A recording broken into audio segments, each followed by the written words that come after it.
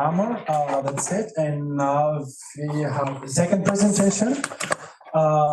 We have Mr. Alexander Karam from What If?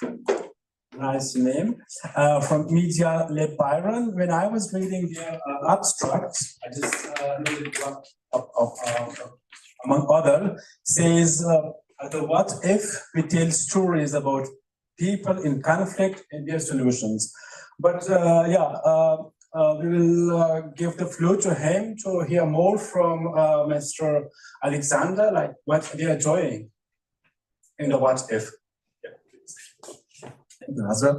I know being the fourth speaker in line is quite challenging for your attention span, but if at least a chunk of the energy I get from the work I'm doing here with what if transfers to you, I already succeeded. That's what I tried to do. That's what I will try to do in this talk until the presentation is there. Just a minute.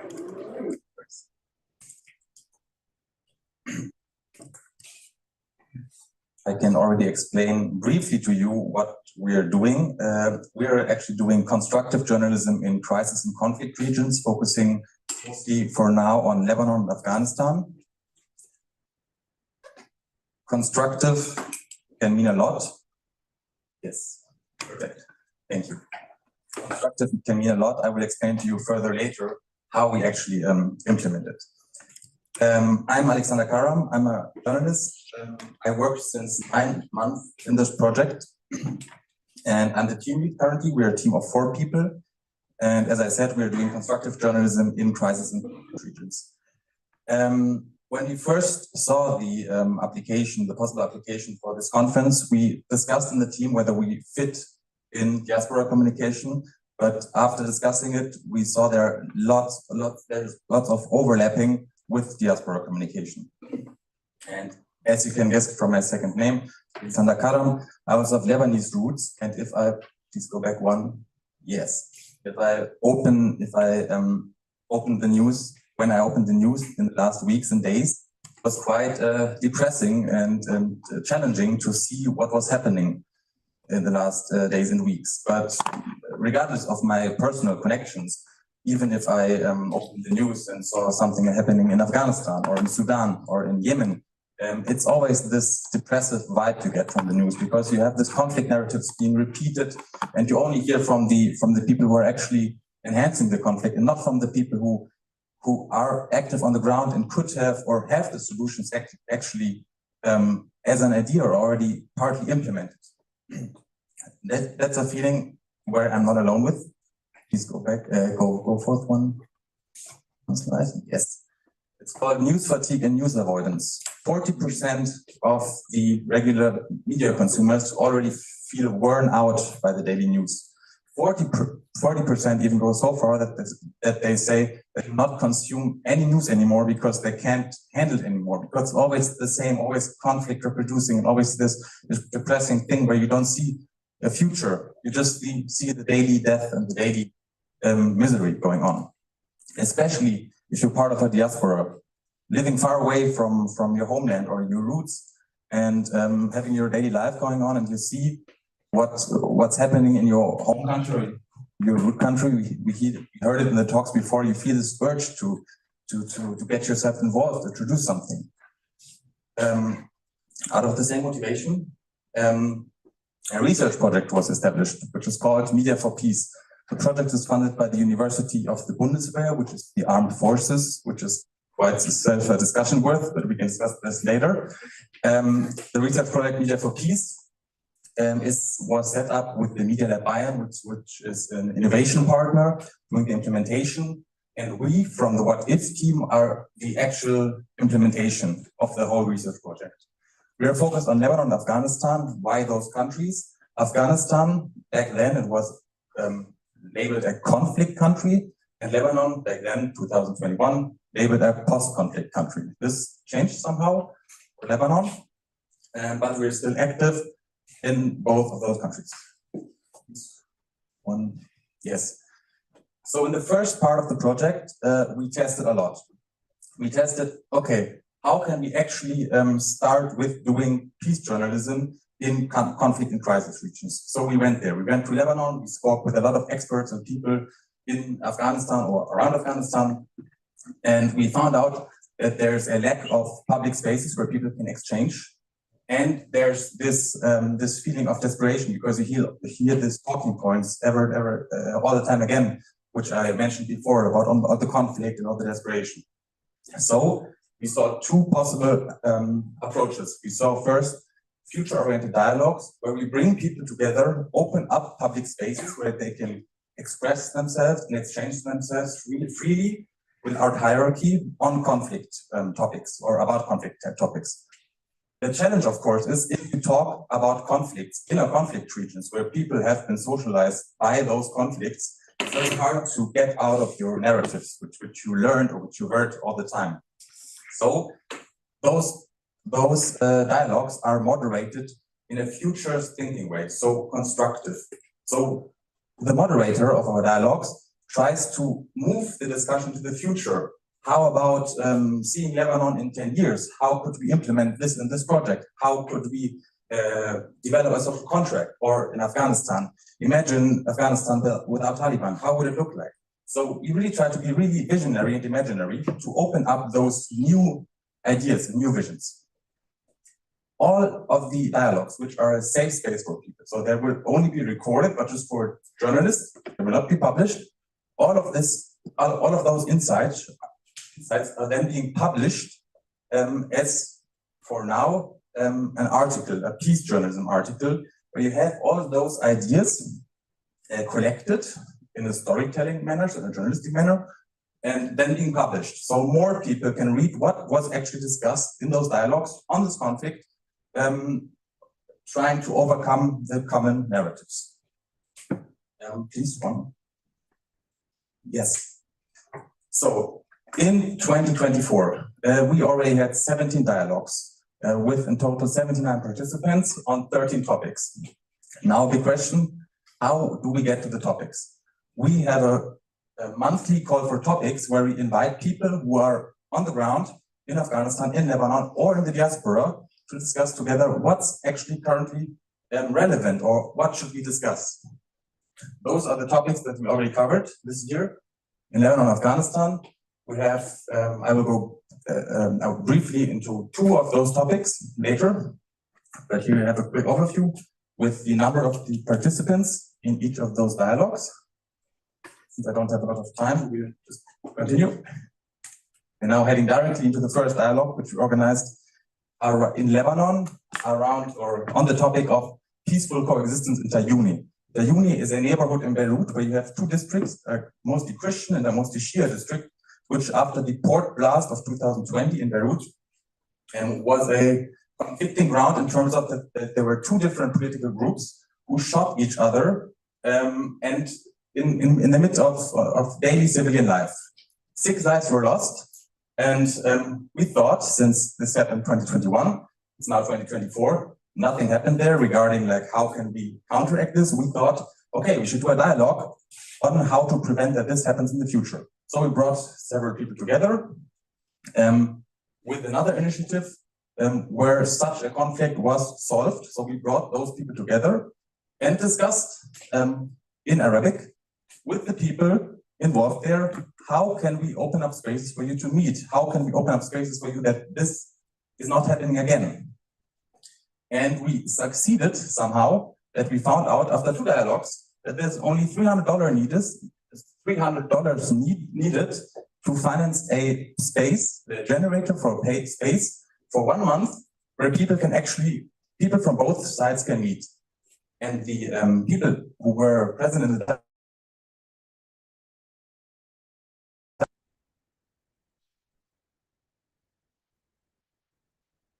target only with those $300. Please continue to the next one. So on the website, this is then in the end how the article will look like. From fighting ground to mutual understanding, can a cross-religious dialogue pacify Beirut's Tayuni roundabout? Let's continue. Yes, now for Afghanistan, we had one dialogue called a Migrants Network for Peace, where we discussed how a unified diaspora voice could look like, or a platform. How could it look like? How should it be set up? There were five participants, in the dialogue. And the main question was, what if networks of the Afghan diaspora actively shape peaceful efforts in conflict sensitivity in Afghanistan? How would that look like? They discussed around 100 minutes, and in the end we found out that there is a need to create a platform for a globalized diaspora with a joint coordination, funding, and voice, and we should use mostly social media for multi-perspective quality journalism reflecting role of Taliban and human rights violations correctly. This is just like a small specification. Then we try to set up more dialogues to get like more specific insights on how to actually deal with this and set this thing up. Yeah, the article was already published on the website. And this is the article. Yeah. And now I spoke about the website. The website is actually a multilingual platform. We published in English, in Arabic, and Dari. Arabic and Dari are until now AI translated, but we have translators who read over it to ensure that it really fits like the language, the real language. And we also have a blind button, which we are currently testing in Pashto to test whether people would like to also read it in Pashto, and then we count this, and then if there's a need, we translate it into Pashto. The next dialogues, we have two planned for October about the Taliban sanction regime and economic causes for Afghanistan's humanitarian crisis. And the second one on Afghanistan, it's about women's safety in the digital space. And because of the current situation in Lebanon, we will switch to more diaspora generated dialogues, or more focus on the diaspora, because currently in Lebanon you cannot bring people together even if it speaks about the current conflict. And one side mention, the Tayuni space I just told you about, where they said they have this space that they would like to set up. And this was like last week with the assassination of Nasrallah was flattened. So this is something you, of course, also have to deal with in a crisis regions, that the on the ground actions can like rapidly shift, and like all the hope that you try to generate there evaporates like this. So this is something we have to adapt and we have to deal with. But I mean, the people on the ground have to deal with it more than we do. But we have to keep it in mind in our concept. Yes. Our roadmap. Now we are in the first phase where we try to set up the platform and the content and the development of the content. Then we try to have the most local perspective as possible. So we try to build up a community which is locally crafted, so people trust us and say, okay, you're not like other organizations from the West who are just here to implement their agenda. You are just a platform where we can express ourselves. That's our main goal. And also to ensure impact, that we're not just there and let people speak with each other, but we want really something to change on the ground. So we follow up and try to make things possible and realize things. So if we find out, as we found out in the Diaspora Afghanistan dialogue, that there's a need for a united voice in the diaspora, we try to follow that up until we have the first specific steps where we can say, okay, now we just need funding, or we just need this resource or this thing to really get things going. For the second phase, for the second phase, we want to scale this into more conflict regions, because we see a lot of similarities between different conflict regions. For example, if you compare Kosovo and Lebanon, which is a weird comparison at first sight, but if you go really deep into the conflict, then you find out, oh, actually there are a lot of similarities, and those conflicts can learn from each other, not those conflicts, but peace initiatives on those conflicts can learn from each other. We had this once where we had experts from Colombia and on Afghanistan talking together about how to have a peace deal with Afghanistan based on the insights from the Colombian peace deal with the FARC rebels, which was it was more of an experimental dialogue, but it was quite insightful, because there were a lot of similarities where they said, okay, this is actually comparable somehow. And for the next, for the third phase, it's because it's not only a research project, we want to be independent.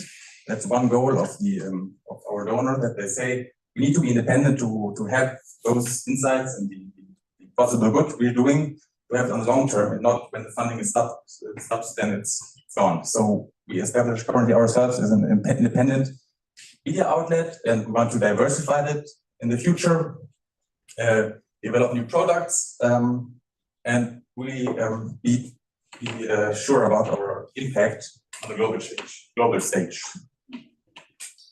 And now the last slide with the last minute. We are currently 4 people. As the core team, I'm the team lead or CEO, however you want to call it. We have Omar, who is our technical guy, who is doing a lot of impact measurements, or currently developing impact measurement with the website. Michelle is doing also impact assessment, more from like peace and conflict scholar side. And MJ is the editor-in-chief, who's doing the whole journalistic production of all the topics we are dealing with. But we are, of course, not alone. We work with a lot of freelancers and a lot of people around the core team. So as I said, we have the Innovation Lab, the FIDA Lab Bayern, we have the University of the Bundeswehr, and we have the Afghanistan Journalist Support Organization, which is supporting us with finding people, local people in Afghanistan or in the diaspora, because we are currently quite good with networking in Lebanon, because most of us have Lebanese roots. But regarding Afghanistan, we try to compensate this with partnering up with organizations. So this is our approach. I think, is there one left? Ah, yes, that's the last.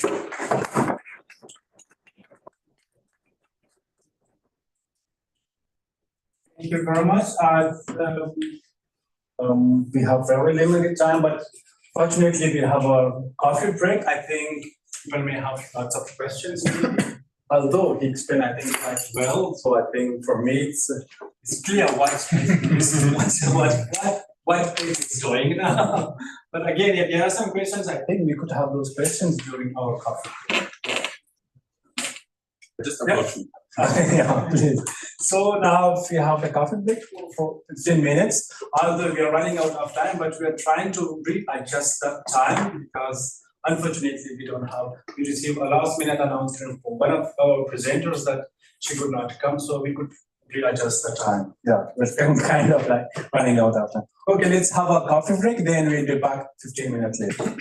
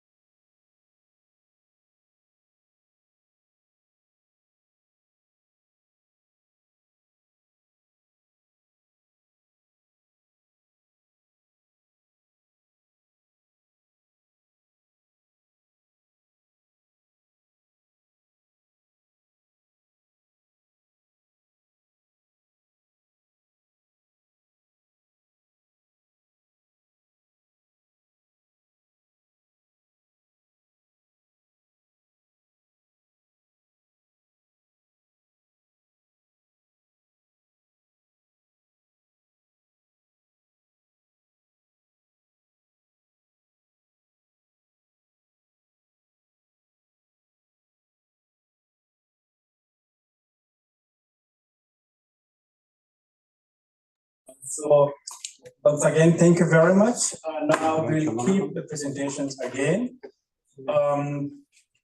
Third presentation is about, the topic is where are you from? This presentation is by Herpley of Dina Cynthia. Ms. Cynthia is a young graduate with a solid social science and international relation background. And she has acquired valuable research skills in a deep understanding of social dynamics. Her academic and professional experience ignited her passions for fostering diversity and inclusion through rules in research and community engagement. She has honed the ability to navigate complexity and collaborate effectively with diverse stakeholders. She's driven by a commitment to creating positive social change through innovative ideas and technique. And she believes in the power of inclusive environment to drive innovation and growth. So now, Ms. Cynthia, where are you from? That's the topic.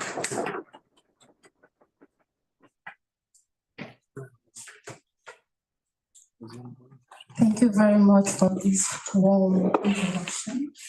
Good evening, good afternoon, everyone. It's a pleasure to connect with you. So my topic is, where are you from? This question popped up in my head when I saw the topic, and it's difficult to not attract attention when you walk on the street. So you always ask, where are you from? It is a banal question, but we'll get more into this. So my presentation will be short. We just have a brief introduction. Afterward, we're going to talk about identity formation in the diaspora context. I might repeat some things that Dr.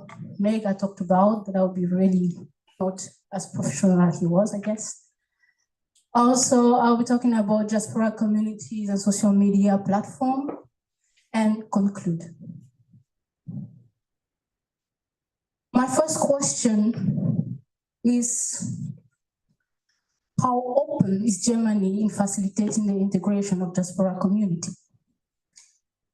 Is it through free German language courses?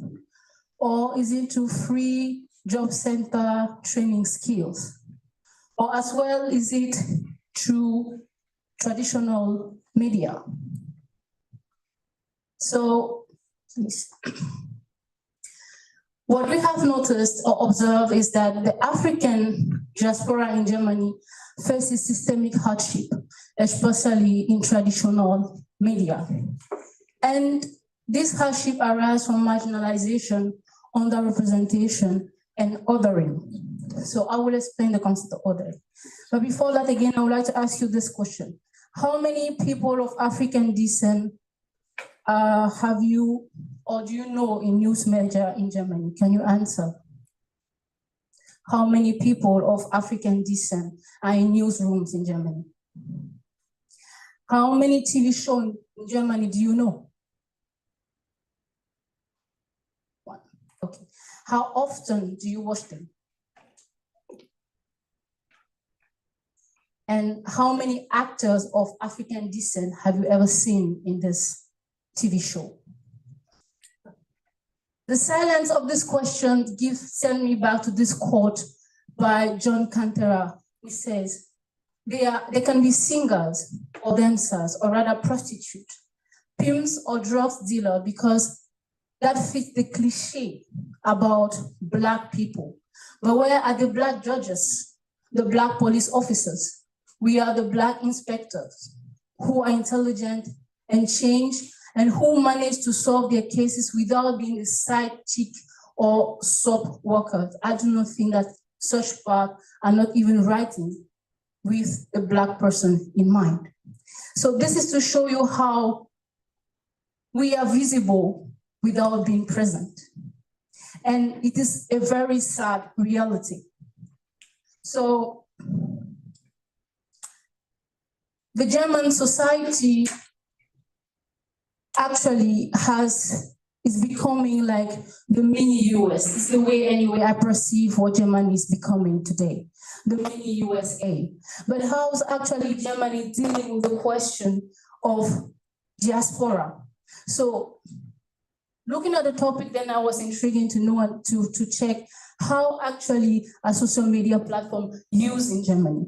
And so this source from Global Statistics shows the use of German social media platform.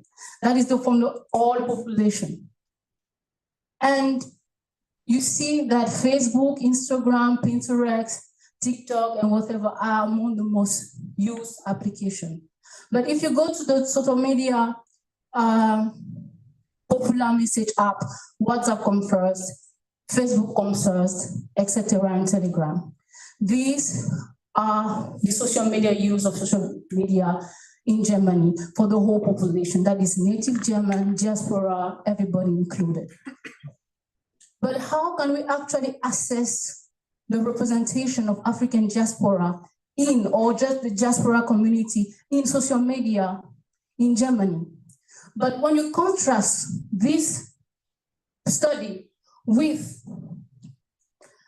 the US, for example, what you will see is that there is a disaggregate availability of data concerning different diaspora group or different race and migrant people.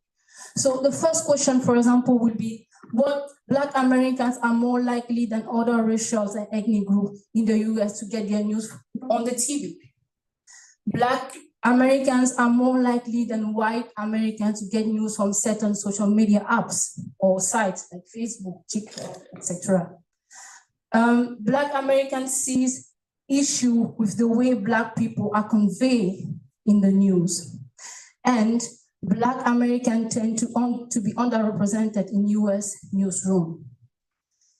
After all, most Black Americans say news about Black people is more negative than news about other groups. These are actually disaggregated data. So when you talk about social media and you talk about diaspora community, you touch the subject right with your hand because there are data available, which is not yet the case in Germany. We have a population, we differentiate the population based on where they come from, but actually how this population navigate the structural system in Germany remains difficult because it's not just a physical presence they are navigating, but it's also online where we cannot actually access this reality. And that is where this reality brings us now to the shift. Why African diaspora in Germany prefer social media platform rather than traditional media? And earlier in my introduction, I talked about the word cliche. We use that word we use the synonym of that word cliche, but actually that is what it is, the cliche. Social media has become the hand that has given power to diaspora community to actually shift the narrative of their own history, the perception that has been established in the whole society about them. And the social media has become the tool, the neutral tool used by everybody to shape the history. And because the diaspora and African diaspora has been excluded from the traditional media, social media become the unique strength and opportunity they have to shape history. And this also, digital platform, also not only commune or reunite diaspora in terms of their communality, they also represent them in terms of the singularity. So for example, you will have news that are general about all diaspora, but you also have news that are specific about African diaspora in terms of Cameroonian, Nigerian, Ethiopian, and so on and so forth. So, this is actually what helps us understand identity and belonging. So diaspora community graps with complex question of identity and representation, because when we see us because of our color, we are just assigned or labeled to be one group, but we are not just one group. We are diverse. And the where are you from is just all about geographic, but also it represents a deeper sense of belonging. role of social media. And what we see is that, like I said, social media actually, the diaspora use the social media to communicate, advocate, discuss taboo topics that are excluded, willingly or not, from the traditional media in Germany. And this is what this article is trying to investigate.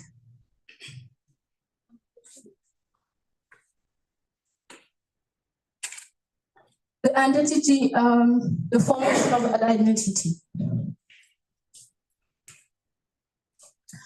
So, like I said, there are two main things or 2 points to understand, or there are many theories that can explain the formation of the identity.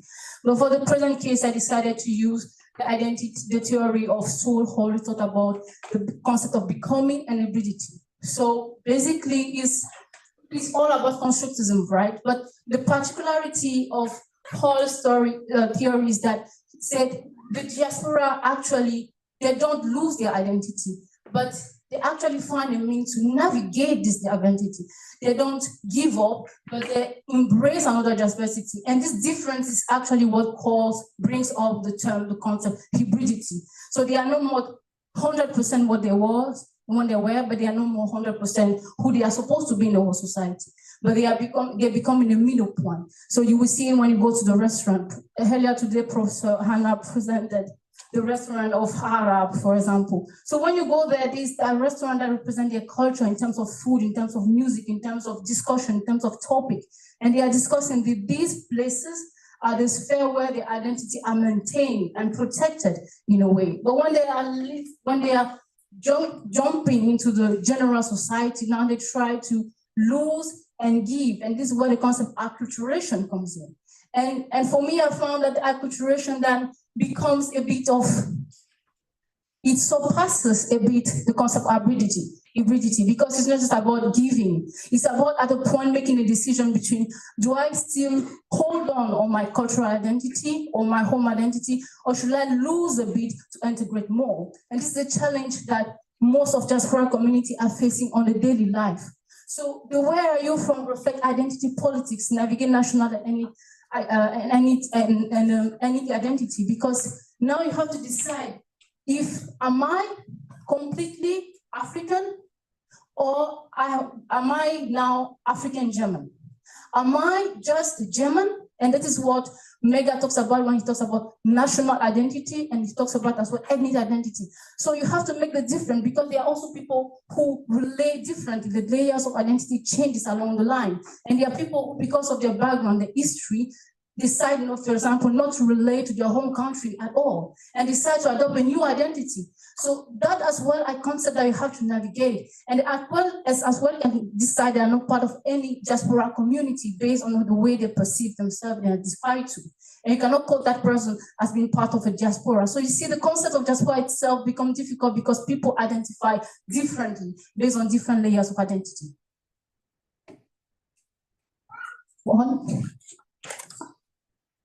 And there's this concept of othering that Seth talked about. And the concept of othering is just the perception that Mega talked about earlier, the we and the they.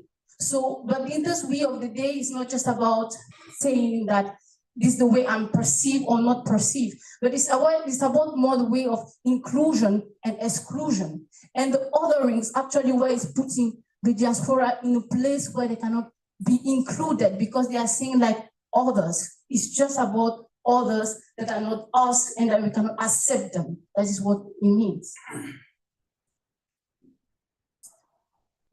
Next slide. So because of this difference that are coming in, African diaspora use platforms such as WhatsApp, Facebook, Instagram, like I said earlier, to communicate, to kind of create a collective mobilization. And social media is not just about the platform, it has become actually a public sphere.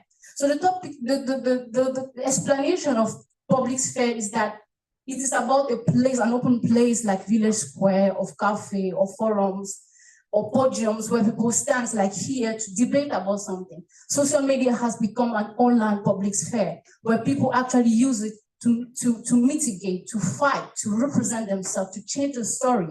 And because they are excluded in the traditional diaspora, this cliche remains. because we are in the same society. We meet, but we don't mix.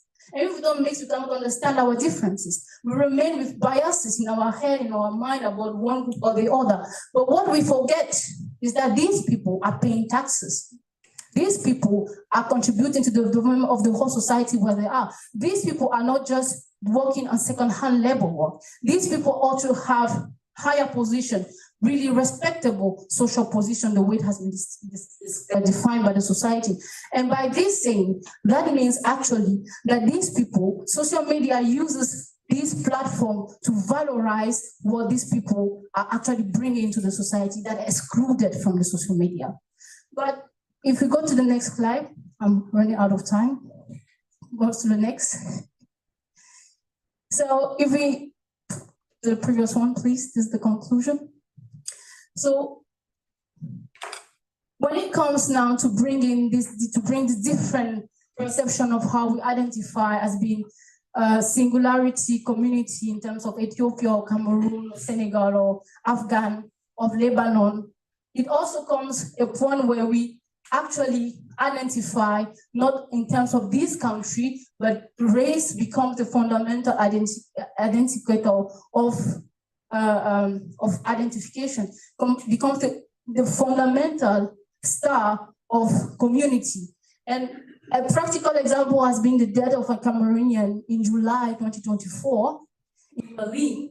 And when you go on social media, people, regardless of their country or where they are from in Africa, united together. When you see the example again of the pastor that has been harassed in Brandenburg, it was the same thing. If you take the example of the Ghanaian and the daughter that has been harassed, it's the same thing. It wasn't about them being Ghanaian or them being Cameroonian or them being Nigerian. It was about them being Black. And this Blackness is a natural gift that do not differentiate anybody from anybody else. It's just a question of culture. It's a question of biology. It's a question of who we are. And that is why I decided to talk about, to conclude, where are you from? Because the rise of populism is actually threatening this where are you from. In 10 years by now, I might not be from Cameroon only. I might also be identifying as German in a way, because there's a part of German culture that I identify more strongly than in my homeland. Does it make me less cultureless, or I can still hope to have a better society of integrity? Thank you.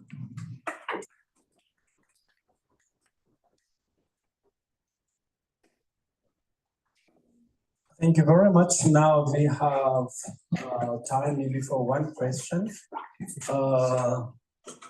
Yeah, it's the way. Any questions? Okay. Yeah. Yes, please. Thank you. Thank you so much, Cynthia, for your inspiring talk. Where are you from? Obviously, is also it's an exclusionary question, right? It assumes that you're not from here, and some of the migrants have a response to say, "I was born here. I have the passport. What do I do?" And then I ask myself, okay, does it delegitimize those who were not born here? So what does it do to the others? So maybe you can share with, and some others say, yeah, but how can I start a conversation? I'm interested to know. The person maybe looks Asian, looks African. I'm interested to know where she or her or he comes from. So maybe you can problematize that question, say, yeah, am I not allowed? You know, so I think there's a whole spectrum there. And it's a very interesting debate. While we know there would be maybe bad intentions of some, but I'm also grappling with that question, how to deal with it without a very blind and dogmatic, also political correctness, you know, and to add this complexity and hybridity to the whole debate, as you've encouraged us. Thank you. So should I take another question, or? If there is, yeah, maybe we could also take a second question. Yeah. Yeah, I don't need the mic. Thanks for the Yeah, okay, sorry. Thank you very much. I was just wondering if there are, let's say, ties between the Afro-German community and the Afro-diaspora community. I will start with the second and finish the first. So it is actually a complex question because diaspora also met, or diaspora community, we gather in terms of our interest, in terms of the objective that we share. So of course there are this middle point between the Afro-Germans and the Germans because they are born from Africans, right? So they are automatically kind of assigned to this group. So yes, we do meet, but also, like I said, it really depends on the objective behind that. But what we have also observed is that when you are, the place you were born influences the way you think. It's a cultural thing. So we can come out, when you come freshly from outside, you have a different perspective. But when you are born and you grew up in a society, you have a different perspective. But what is intriguing is that these Afro-Germans grew up in the middle where, in a point where at the end of the day, they don't know who they are. Because the systemic hardship is making it so difficult for them to relate to the society where they were born and to the values that they acquire. And also there's sometimes not a direct link that is bridging them between them as identity of Africans and their homeland. So they are like kind of, they are really the concept of what we call hybridity in this sense, because they're in the middle and there is no assimilation, there is no giving and receiving. They are receiving both at the same time.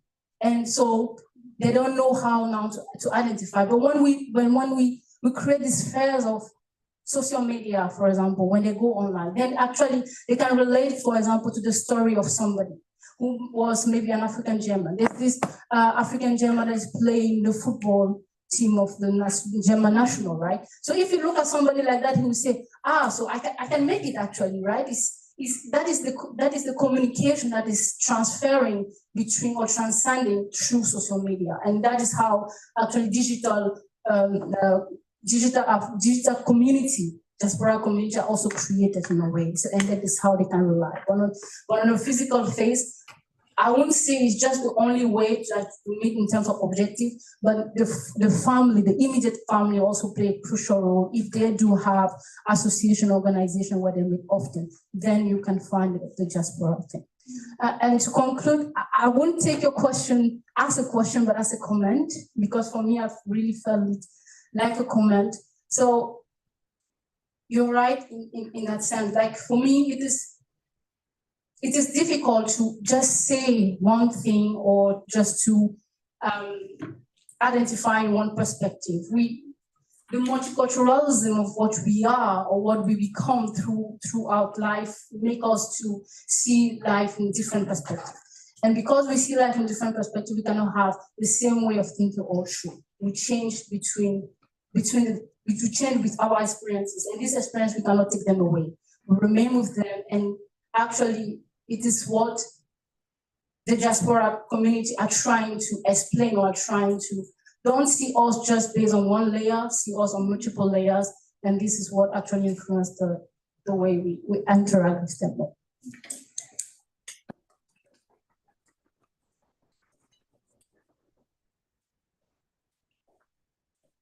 From Africa to African diaspora, now to Afghan diaspora. We are very warmly welcome Sir Abdullah Atai. He will be talking about the civic engagement among Afghan diaspora, challenges and opportunities. Yes.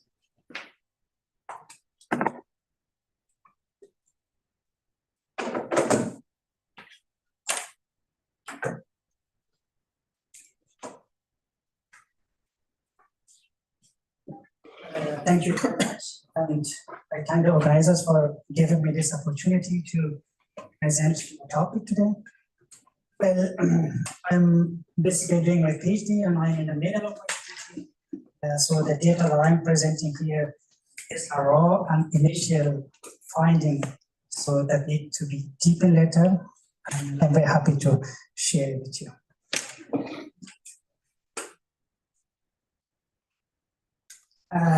In the next 10 minutes, I will be talking about different topics. Due to time limitations, I may skip some of the slides. So in terms of the background of the research, I was engaged in civil society in Afghanistan over the last 1.5 decade in Afghanistan, promoting human and women rights, youth participation, and also strengthening civil society. When I came to Germany in 2017, I found that a lot of Afghan diaspora and are living in Germany. So for me, diaspora is basically a framework where all migrants, refugees, asylum seekers, students, and skilled workers, entrepreneurs, all are fitting inside the diaspora. So Afghan diaspora is basically constructed over multi-wave of migration. In my thesis, I basically discovered and developed 7 phases of migration in Germany.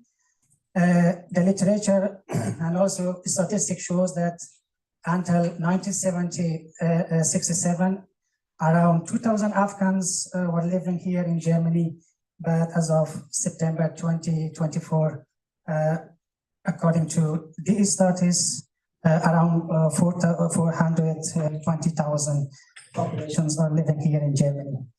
So this statistic basically does not include naturalized citizens in Germany. If we consider the naturalized citizens, then there's a large segment of population who are living in Germany.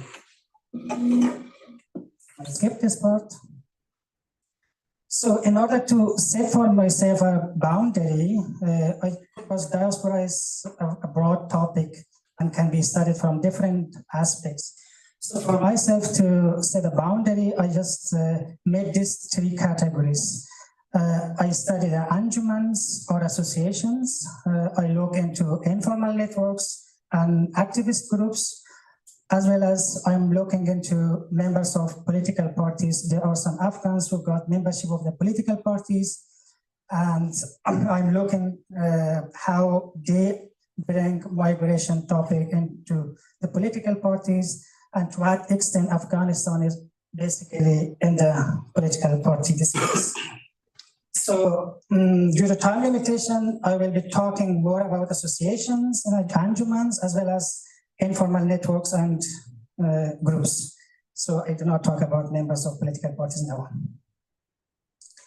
The question that I'm interested to inquire is how do they assess their civic engagement, particularly in terms of concerns and opportunities and representation in Germany, and also inquiring ways of contribution to Afghanistan's socio-political institution and developments. This is my methods of data collection. I do not explain all of them here, but I concentrate mainly on primary data, which is the main source of my data.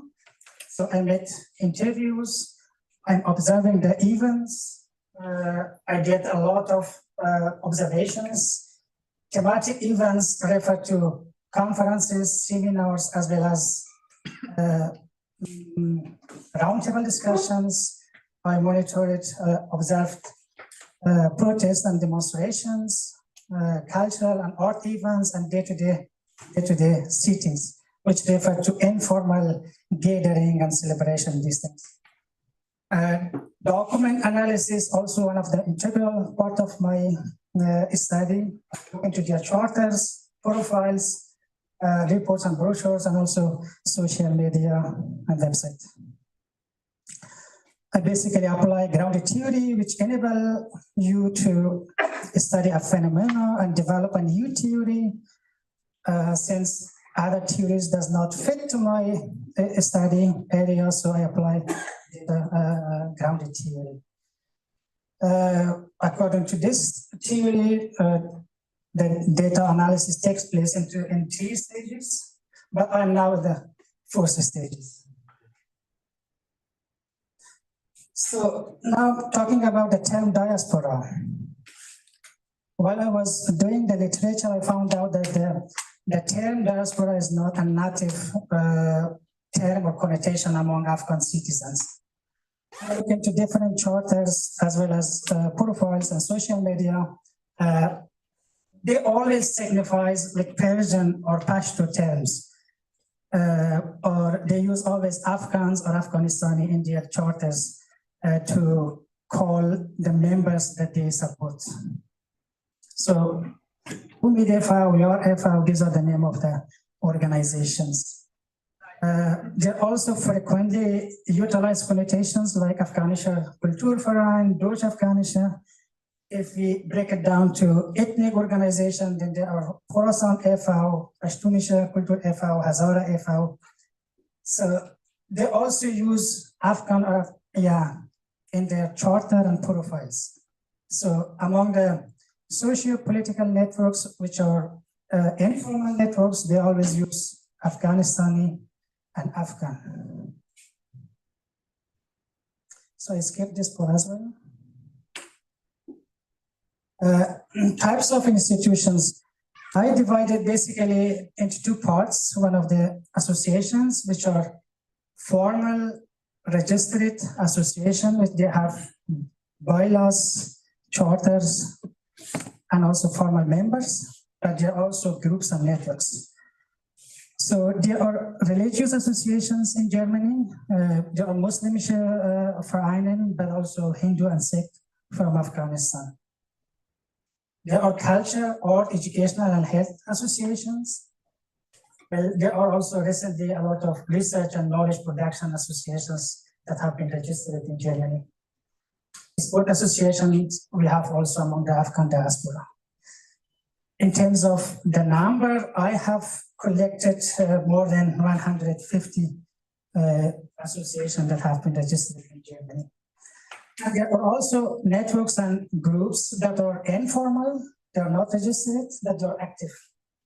So there are political lobbies and advocacy group, social clubs, dance, music groups, sports. There are yoga, for example, self-help organization and fundraising groups, activist groups, and networks, network of researcher, academia, and expert. We have this one as well.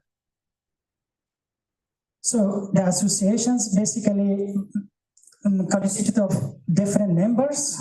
They have male, female, and also non-binary. They bring also different profession.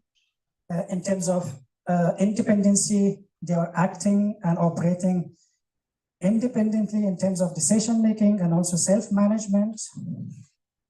They are also electing the leaders of the organizations, and also they can also run and nominate themselves for the top as a leadership, you can say, a director, assistant. Most of the activities are taking place in the evening and or maybe at the weekend time. The activities are not continuously, from Monday to Friday, for example, or 8 days, 8 hours a day. As Mr. Amar said, they face lack of funding. At least majority of them do not have such grants and gifts. They have also low external power. That means they have influence on their membership, but beyond that, they are not. They do not have influence. So this also means that they may not have too much or strong influence on societal change or socio-political change.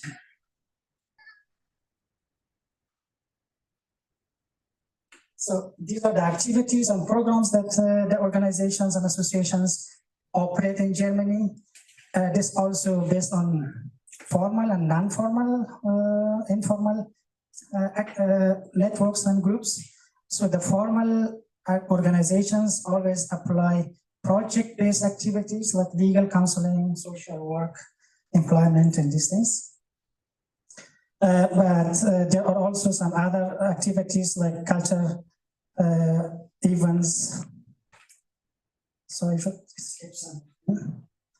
Yeah, there are some self-help groups as well that they share job, education opportunities among themselves and support the co-members.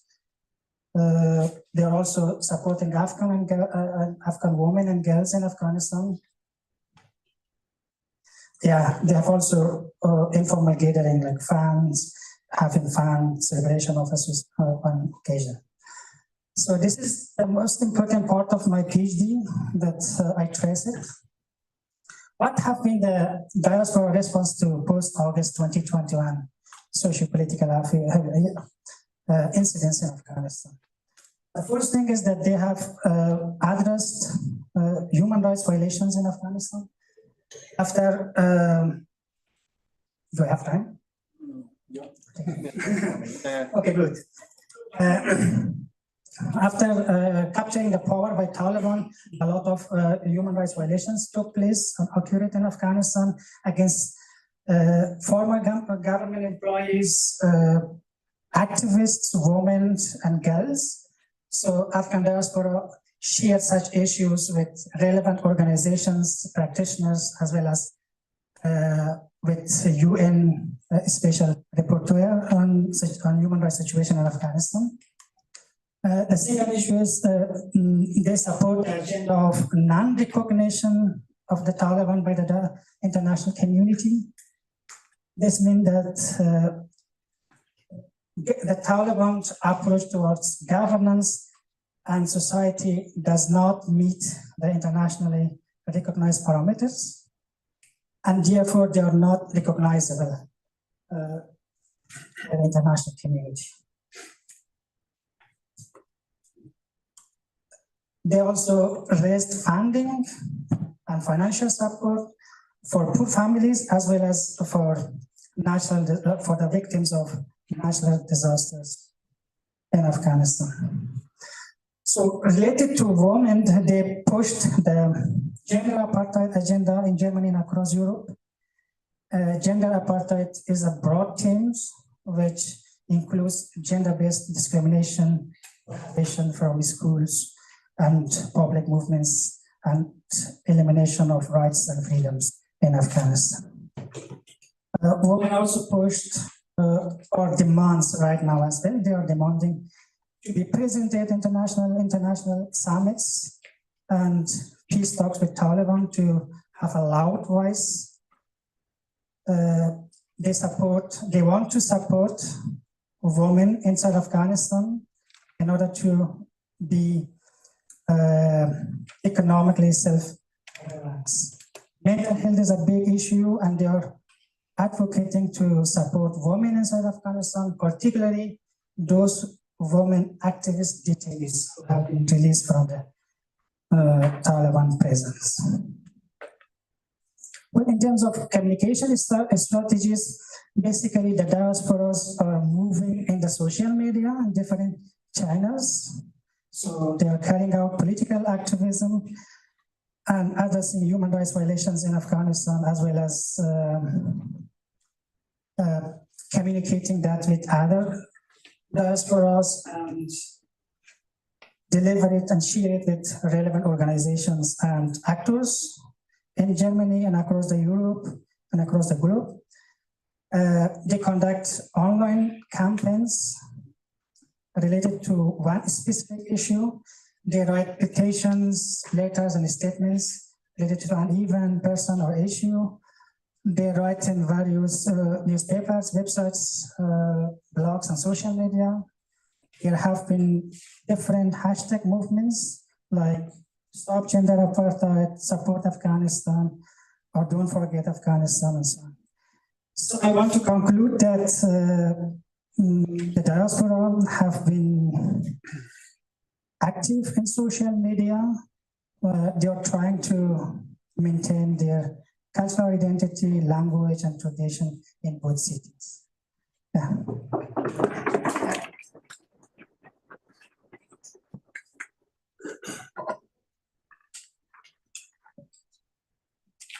Thank you very much, Mr. Atai. Now time for questions. Thank you very much. It was a very nice study, and I wish you success in submitting it. It's like a lot of work. I wanted to make a connection maybe to previous talks, because I think this was raised by Naga also, whereby the diaspora has agency in influencing the country. I mean, home country, back and forth. The other way around as well, you mentioned previously. Is this the case? Can you see any kind of back and forth movement within, I mean, between diaspora and Afghanistan, whereby it was there, but now it's changed after Taliban or no? Can you comment on that? Thank you very much for this question. Well, one of my questions is, the question was how much your activities or your activity have changed since Taliban takeover.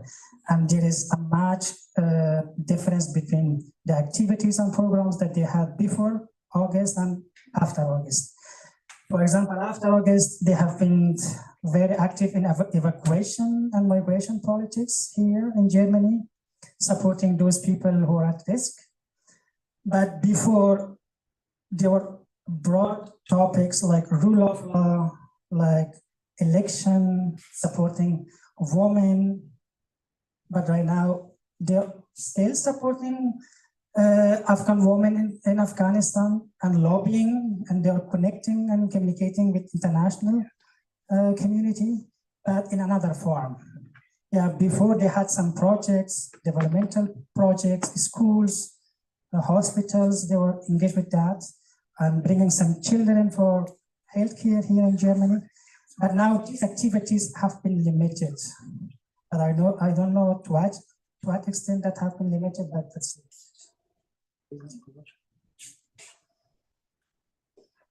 Thank you very much once again. So now the very final presenter, but yeah, Dr. Aydin Bayat. He'll be talking about the conflicting vocabularies, whom in host state media address Turkish post-migrant in Germany. Dr. Aydin is a postdoctoral research at Bielefeld University. His research focuses on the political socializations of minority, covering topics such as identity conflict, peace psychology, and value change. Originally studying the Kurdish minority in Turkey, his work was disrupted by political turmoil, leading him to shift his focus to Turkish minority in Germany after his migration in 2017. His personal experience of exile has deepened his interest in new liberalizations of higher education and the history of psychology in Turkey. Overall, his work is dedicated to understanding the social psychological challenges minorities face in sociocultural encounter with majority populations. Now, we are warmly welcome Dr. Bayat.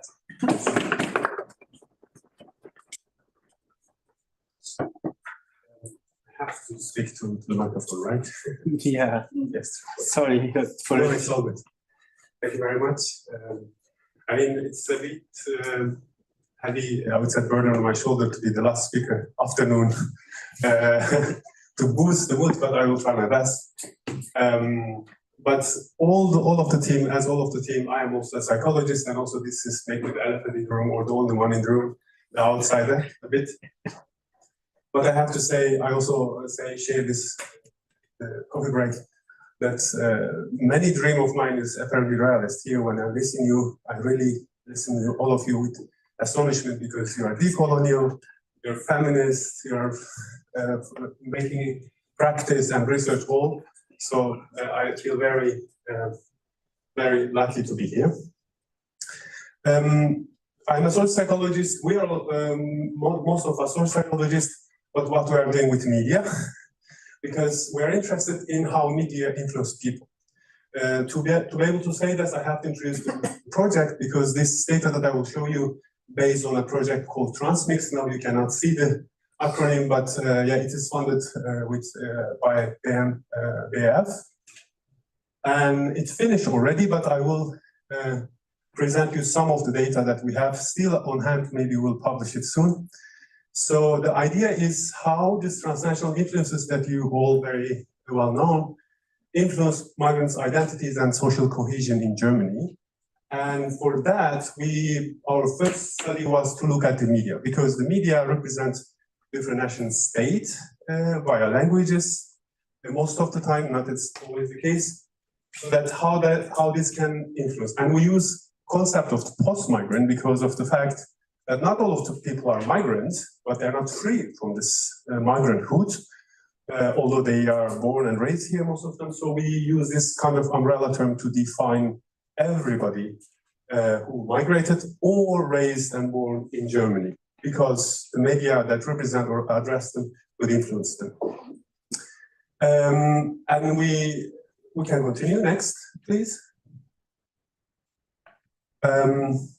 Yeah, social cohesion is a big topic. It's not only the MDF. I think some other ministries are also funding this, and it was their interest to see, first of all, what's going on in German context and also in the European level. And we know that this is also kind of an ideal for many migration research to come up with this ultimate good result of multiple minorities who rescue us, who became integrated, who are great. And of course, that's why the research is increasing. It's a pile of work on what social cohesion is and how it should be. But we ask the simple question, what about the migrants? How they understand social cohesion is? Where is their understanding and perspective when it comes to what social cohesion should look like and supposed to be, at least? It's not a lot, but we are pushing a bit, trying to give some minority perspective into this debate. And we are relying on psychology, and it's based on, of course, belonging is a very core psychological dynamic. Social identity theory is very big theory in psychology. But I want to show another facet, that it is not only one way, that there is another way of social cohesion. You can also be a coercive, so there is not only one claim or message here. Germany asked to Turkish to be like Dr. Türeci and others, but Turkey wants another version of it. So that's why, please next, that's why I use this conflicting vocabulary, because at one side, they're expected to be a distant diaspora. On the other side, they wanted to be integrated and, German at the end, and part of this social cohesion. You all know Turkish migrants are very big in Germany, and they have a history of transformation. They started as a Gastarbeiter, then they called I don't know, Turken, and then they became Turkish-German, maybe something new in Euro-Turks. There is a lot of designations, and it is changing. But also Turkey is not picking the apples. They are also growing, influencing by building institutions, funding, and trying to really generate or shape and create a diaspora which is aligned with their political interest. And what actually happening is kind of here. Can you please go back? We see this is an answer to the question. Yeah. To the next one. Another one? Yes. Good. So this is the answer to the question, which country do you feel belong to? And it's from North Rhine-Westphalia to Turkish sample. And they observe this feeling of belonging, how it's changed throughout years. And we see clear change in 2008-9. So Turkey is increasing, Germany is decreasing, and feeling both, or at the same time, Germany is also decreasing. So there is Turkey's kind of, I would say, higher hand in this topic. So there is something changing towards the Turkish belongingness. And so we want to understand how this happened. I mean, I write a PhD on this, so specifically this question, if you're interested, you can look how this change, psychological mechanisms influence it. But here, I want to show that the media has an influence, and we want to also show this reflection via media. Next, please. And so we start very roughly defining what is the scene, what is the situation, and who is the actors, and what is the elements. Many things came in. Of course, we use situational analysis, and based on social psychological accounts like identity entrepreneurship. And this is a theory that says that when you define or designate a group, you do not only call them, but you actually give a direction. And this is always to do with political means and purposes. So that when you define a certain group with a certain demarcation, you do not only create a group, but you also kind of exclude certains. So that we assume that what media is calling is actually kind of identity claims to certain people. So Turkish people are actually hearing two different claims at the same time, and one of them is maybe have a bigger gravity. And we end up, next please, many, many different things. Some of them is, these are the designation for Turkish post-migrants in Germany. It's a piece of it, it's bigger than that. So Germans or also Turkish are very confused about how to call these people. So there are many different ways, but there is a fact about this because, of course, for instance, psychologists, they are basically ethnic groups, but some of them are not ethnically Turkish. As we all know, today we discussed that this is very complicated and intersectional sphere. But we want to say that whether media or German media or Turkish media has kind of a certain preferences or a kind of gravity when it comes to the certain way of claiming. Next, please. And when it comes to the media, it has been a very kind of hot topic at the end of 90s, but it's not anymore. I mean, I choose some funny stuff, but it can be very mean. You all know that. And German literature said, basically, if the migrants use their own media, this is not good because they will not integrate. But it is not the case. Actually, it's a right-based issue. People has to have their right to access their own media. And so the usage of Turkish post-migrants, actually, Salva was presenting, I was looking forward to hear her. I think she will actually tell what Turks are really following. We don't have a lot of data about this. Of course, this is a matter of business because TV channels and media follow this kind of data to be able to sell specific to the Turkish or the other groups. But when it comes to the research, we actually don't have a lot. But there is a company called Data4U, next please, and based on their data set, a survey, we try to understand what can be the potential media sources that Turks actually follow. And based on these surveys, they are representative, random selected surveys. We end up, based on TV and other things, that these are candidates for the Turkish news, these are the candidates for the German news or journals that possibly Turkish post-migrants are following. And of course, when it comes to the kind of the content of media, it's endless. So we have to use some kind of probing words to be able to detect the content that will be interesting to us.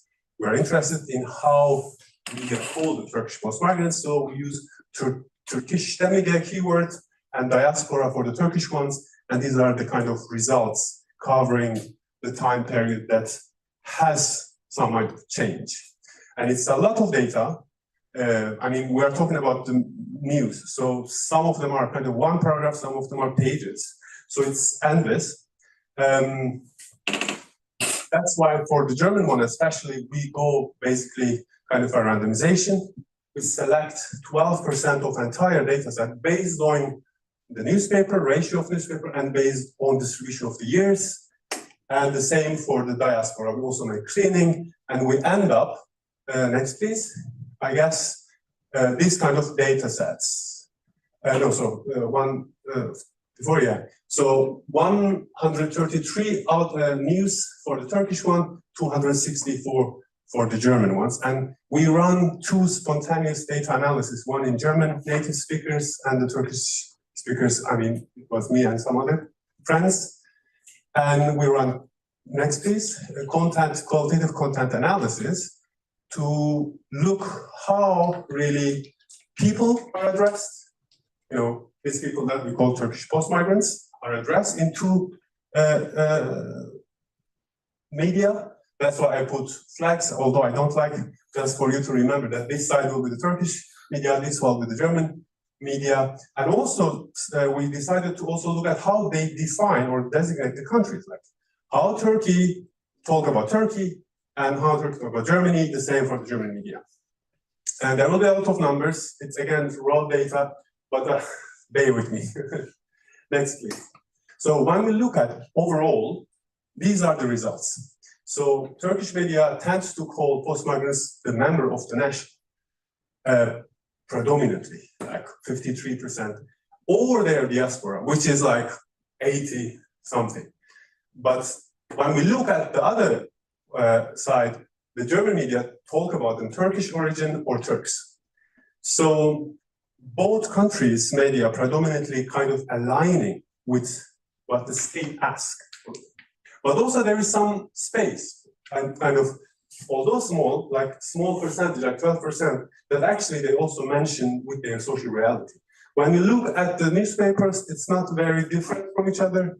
The election years, 13, are important to call diaspora, to mobilize them. And also when you look at the German media, again, the election, and also I think 2016, when there was a coup attempt in Turkey, this was also mentioned a lot. But look at the details, next please. We see that kind of Turkey is basically seeing people as either their kind of kins living abroad or their citizens. Not very much. So there's kind of very ethnical, legal bond when it comes to the Turks. But with the German ones, we see that the Turkish Stemmige or Turkish origin acts like a good model minority, you know, but not German, not yet.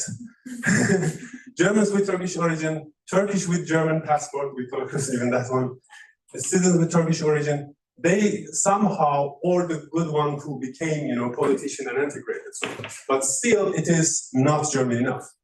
Next, the second common strategy is calling diaspora. Turkey tried to call them as diaspora, either as humans or their own kind of policy, but also trying to kind of use them as the extension of the state. But Turken seems like a kind of discursive strategy to kind of separate these bad apples, like either who is not good enough, or the Turkish citizens, Erdogan supporters, nationalist Turks, and Ausländer, which is very small, but in reality, it's the other way around, I would say. We can discuss. I don't know how many. Oh, not at all. Okay. There is good news. Again, post-migrants are kind of people from Turkey. So not ethnical loads, nothing religious, but those people from Turkey is there. Muslims is the case. There are migrants, gurbetçi, which is something that is kind of, I would say, created by people themselves. So they're using it, it is there. But this ambiguous category is still kind of negative because these are the people that German media is not sure about. You know, there are spies, some of them are Turkish citizens, but some of them are German citizens. Also, all grey wolves, they're ultra-nationalists, but they are citizens or not. So there's kind of ambiguity. Yeah, I mean, there are the countries, but I will skip them. Please go to the end of the slide, like the main conclusion, because we check how Germany see itself or how Turkish media see it. This one, yeah. But we see that there is something neglected in Turkish diaspora policy, which is the people. So Turkey is using a certain diaspora, trying to create, but really kind of defiant to what people actually say and representing. And so they try to really extend the nation state's influence via the concept of diaspora, although Turkish post-migrants are not a diaspora. And they see home kind of very diverse and nice, but for them Germany is so monolithical, so one-sided. The same applies, I would say, the German media as well. They see Turkey kind of basically Erdogan, nothing less than, or something like that. And also they kind of poorly represent Turkish society. Like, not the maybe migrants, but the society itself is very poorly represented. And unfortunately, yeah, migrants has two destiny. Either they're good migrants or bad. Thank you.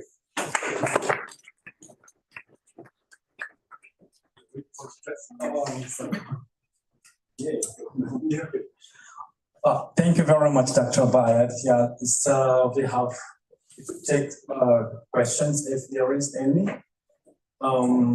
Yeah, we have maybe two questions here. Please. Oh, thank you very much, Dr. Kim. I really enjoyed your presentation. I would like to learn more about these studies. What could be the underlying factor for the differences in the German media results compared to the Turkish, in your last slide, where you completely can see that both media, which I guess have standards for reporting. So what could be the underlying factors for the different outcomes? Thank you. Before answering, I think we could also take the second question. You did answer. Yeah. Thank you very much. Could you tell us about something about the demography? Because I remember that, for example, Hurriyet had an outlet in near Frankfurt, because I'm from Frankfurt, and then they closed it down because nobody read it anymore.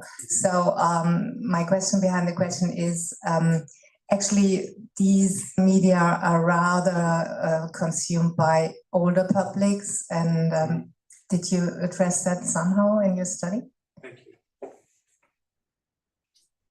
you. Thank you very much for the questions. Well, this is the big question. What's the underlying factors? It's difficult for me to answer this question because I don't have access to why media behaving that way, but I can speculate a bit. First of all, yes, they have agendas. Of course, nation state is a factor when it comes to migration and their policies are there. But I have to say that there's some reality in too. For instance, Turkish people some are citizens, some are not, some are migrants, some are not. So this confusion about people is a bit real as well, because nobody really know how to define, because even in sociology thesis, when you define a group, you have to really justify how to define it, a group, because it's very difficult to define. So this complexity, I would say, also is a bit kind of, I would say, not natural, but at least normal. But of course, different nation state has different claims, different understanding of the people, and they are influencing the media. But I have to say that it is kind of changing. For instance, not in this data set, but we made a separate one that sometimes the language is also intertwined. For instance, Turkish state using German language to deliver the same message versus there are German association or German-based institution using Turkish language to separate. So it is getting even more complicated for media studies, I have to say. For the second one, very good point. I mean, the main critique that we get is nobody reads newspapers.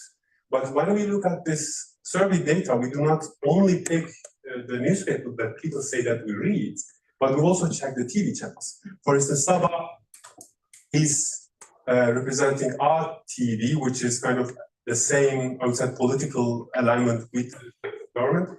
So that's why our choice of newspaper was not only the newspaper that they really read, but the sources they are kind of getting information from.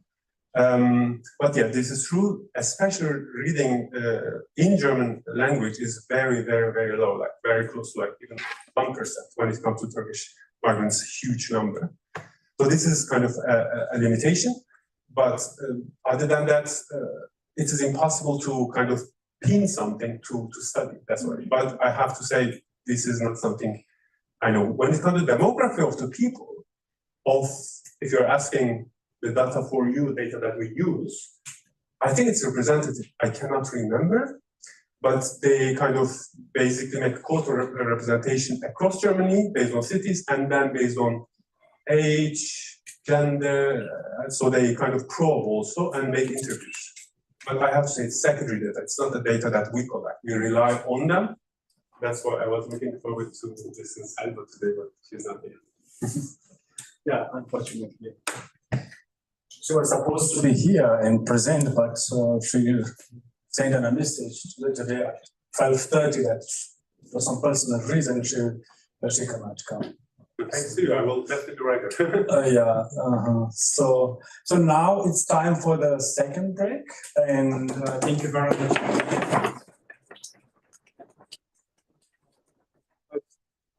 Yes, around 20 minutes break, and we will be back at 5 o'clock. Sharp, yeah. Oh, 5 minutes. Sorry.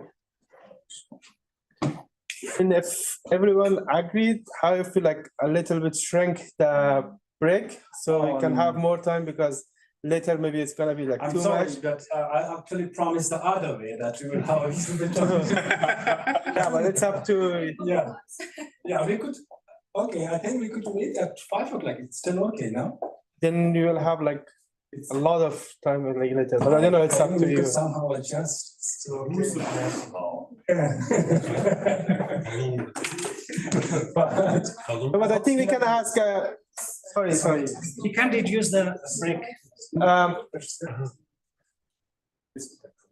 Okay. He decided it. Okay.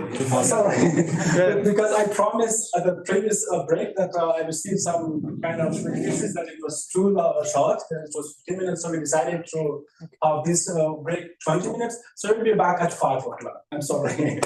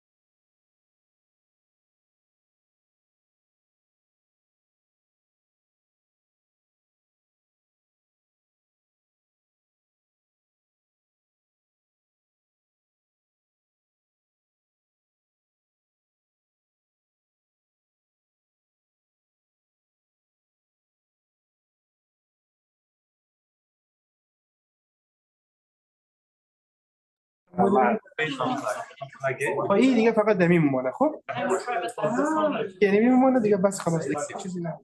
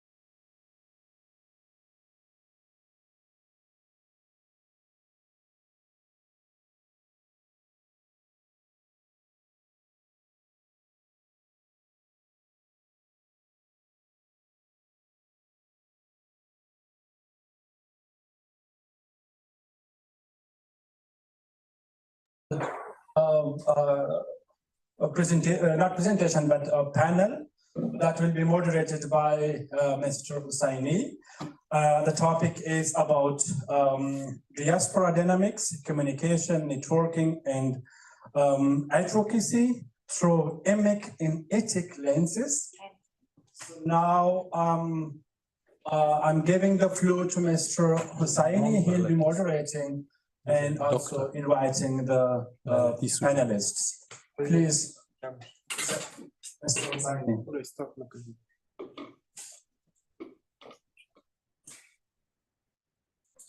Okay, thank you very much. Well, I would like to invite Ms. Cynthia and Mr. Atai, Dr. Aydin Bayat, and Mr. Cosmos. Sorry, I forgot your last name.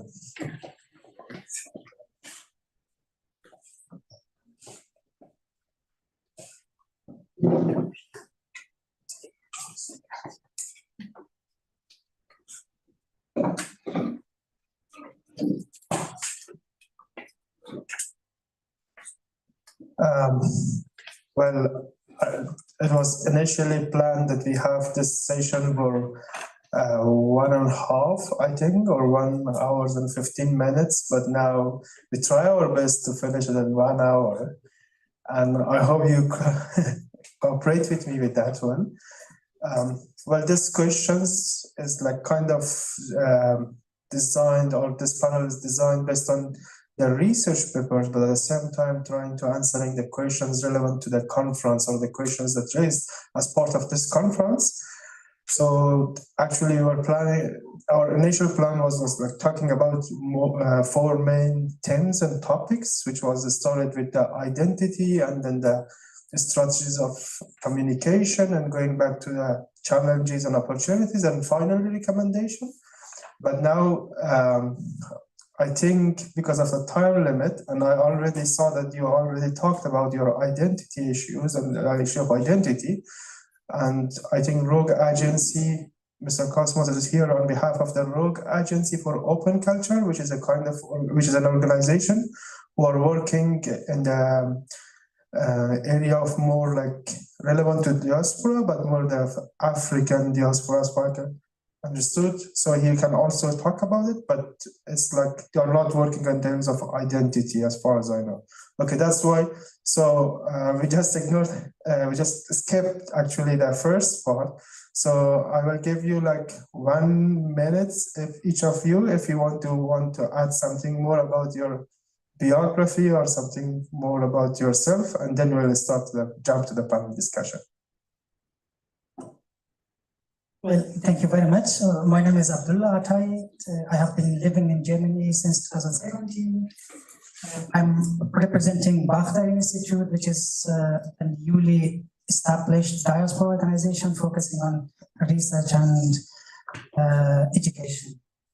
and I'm also working on my PhD. Thank you.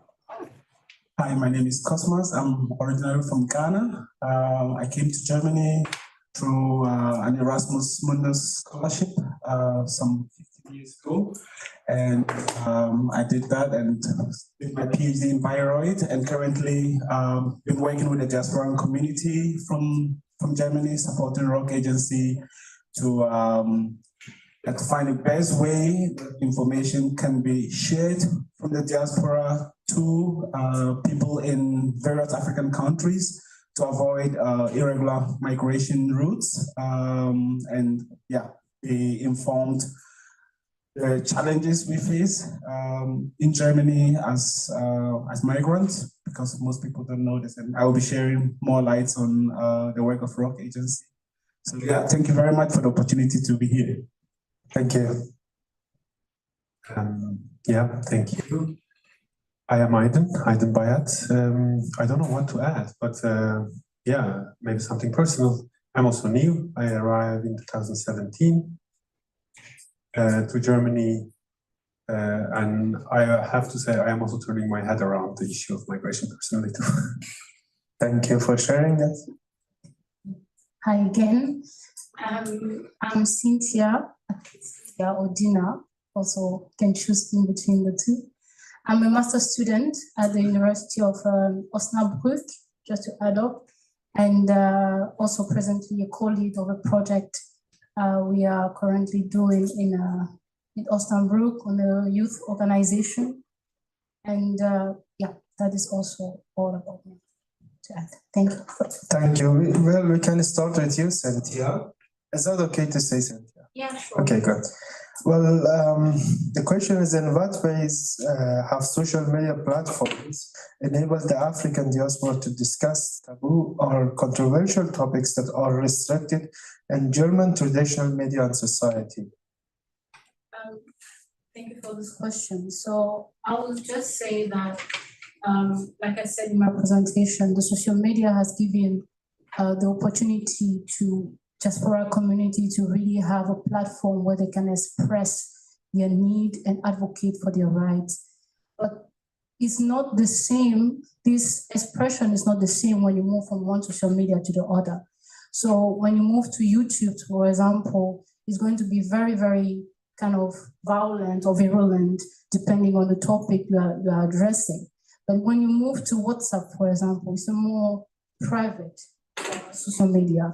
WhatsApp is kind of the expression of what I want to put like a safe space of communication, because it's not open to everybody. This is a kind of cluster social media communication where people feel really free to talk about those topics because they feel there's a bit of intimacy. When you talk through WhatsApp social media, like we have seen on the pictures as shown earlier about the different average of using messages app. So you see WhatsApp is coming on the first front. Why? Because it translates a sort of intimacy. And we also know how Germans in general like their privacy. So that shows that social media actually is that platform that diaspora community are actually using because they feel secure to talk about these taboo topics, to talk about downgrading skills, for example, to talk about racism, to talk about xenophobia. Yes, it is talked about in the general mainstream, media mainstream, but there are specific cases that people feel more comfortable to talk about. So in that sense that social media translates a sort of security that it can address. Thank you. I will continue it with Mr. Atai. What communication strategies are most prevalent among the Afghan diaspora for disseminating topics, and which digital platforms are actively used to maintain connection with both the host society and Afghanistan? Well, Afghan diaspora basically use different digital platforms and accounts. For example, they are using WhatsApp when they are communicating with people inside Afghanistan. When something inside Afghanistan happens, there are a lot of WhatsApp groups that they directly share the photos, the videos, and also the news, and they communicate them based on that and organize their online campaigns. X, or formerly Twitter, is very common among Afghan diaspora, and it is basically for them a political tribune, because there are a lot of experts, journalists, and politicians in the Twitter, and therefore they want to push some hashtag movements and like gender apartheid, stop gender apartheid, for example, stop Hazara genocides, or support Afghanistan, do not forget Afghanistan. Facebook is very common inside Afghanistan because they have access to Facebook, but I don't know to what extent they use digital platform correctly and they have access to all the provinces and villages equally. So Instagram is also somehow have been used for fundraising, and Facebook is also used for fundraising sometimes. I've seen that. Well, these 4 digital platforms are the common one, but there are also some other websites, blogs that they write regularly and submit statements, petitions, and also open letters. So, Thank you. Well, actually, the issue with Afghanistan and the thoughts about the social media usage with Afghanistan is sometimes controversial because there are 2 reliable sources and their results are significantly different. For instance, the data reportal, they reported that this year, 4.4 million people use social media in Afghanistan actively. But there is another platform which they are also kind of providing reliable data, but they say there's like 5.6 million people who are using actively social media in Afghanistan. But I'm coming back to you, Mr. Cosmos, about one thing I have forgotten to share. They also use for discussions and seminars and conferences, Zoom and Google Meet and other platforms that I have to mention here. Okay, thank you. Well, Mr. Cosmos, about the Rogue Agency, how is this practical things with you, and how is like the diaspora daily communities and communication is happening in the Rogue Agency and in practice? Yeah, I will, thank you very much. I will mention of a specific project called #MMN, funded by the German Foreign Ministry.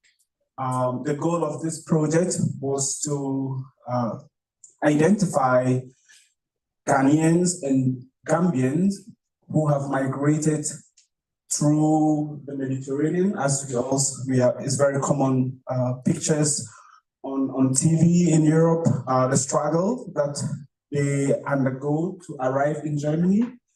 And when they arrive here, most of them misinform the population in Africa about what the reality is in Germany in terms of first finding a place to live, how to get money to take care of your food, your health.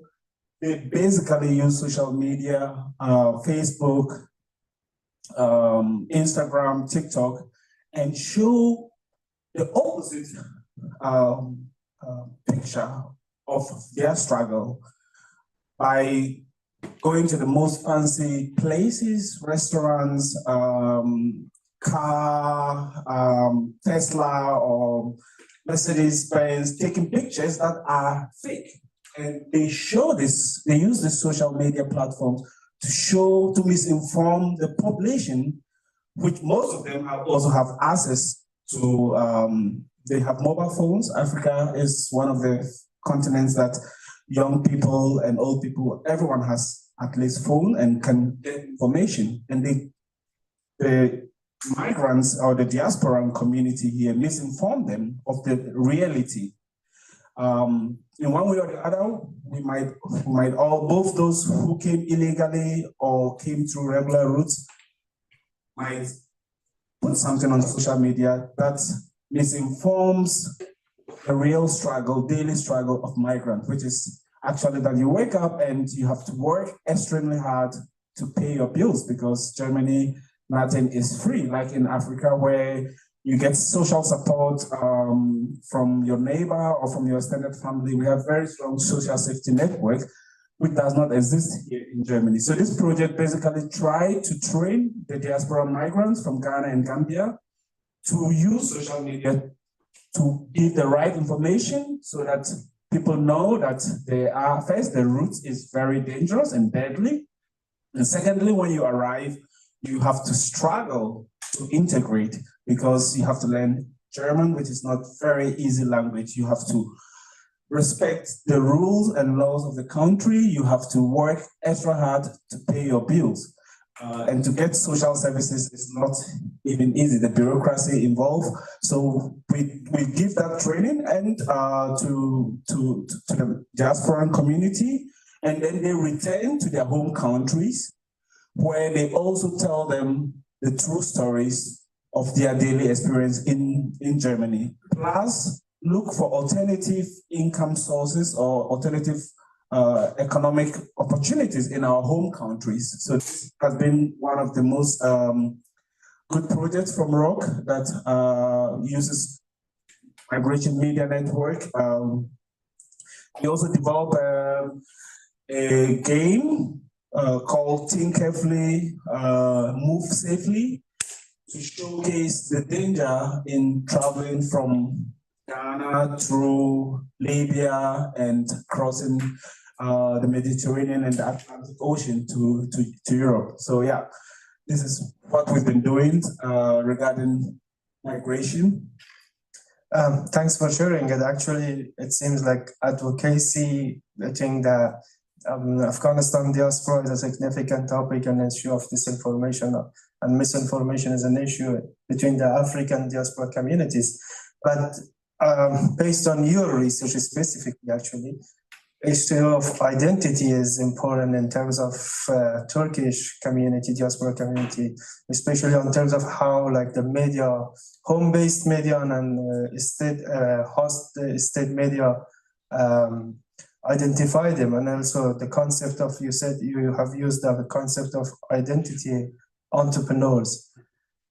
So how would home state media and host state media promote specific identity traits among Turkish post-migrants? Thank you for the question.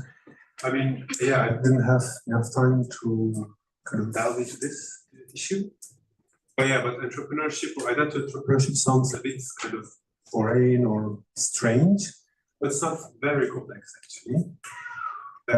Because the studies that was actually that are very kind of influenced when I was beginning was based on Lubumba. So it was from Africa, how Lubumba construct a certain identity before and after independence, for instance. So although the person is the same, although the country is the same, although the audience is the same, based on certain political dynamic, the narration or the constructed identity of a certain nation or group, population, changes through this construction.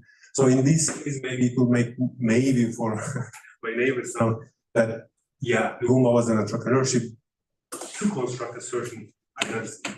Another example, maybe just to grasp, like Trump, for instance, Donald Trump is basically an identity entrepreneur, whereby he's defining what America or American should look like or supposed to be by his gestures, tone, also content. So yes, of course, Turkish people and post-migrants are not free from that.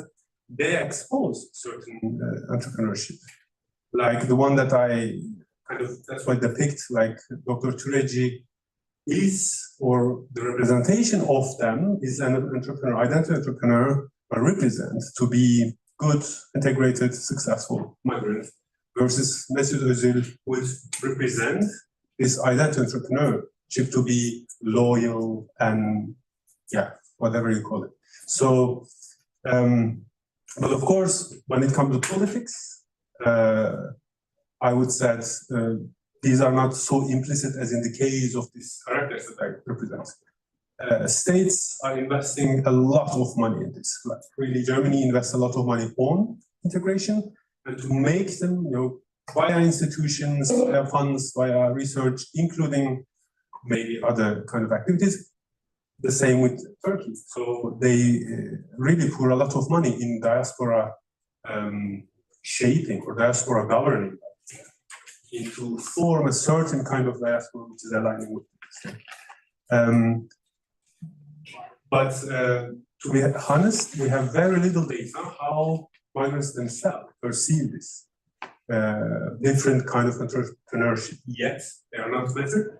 But I can only say something that on media, although there is this kind of too big actor in the case of Turkish poor migrants who is trying to convince the community, there are kind of outside bottom up also initiative, like maybe local newspaper, maybe a group, small group, who do not actually accept both, or a little bit that, a little bit that. So there is a group, a chunk of outside, based on observations not published yet, that actually the majority of the population is in between.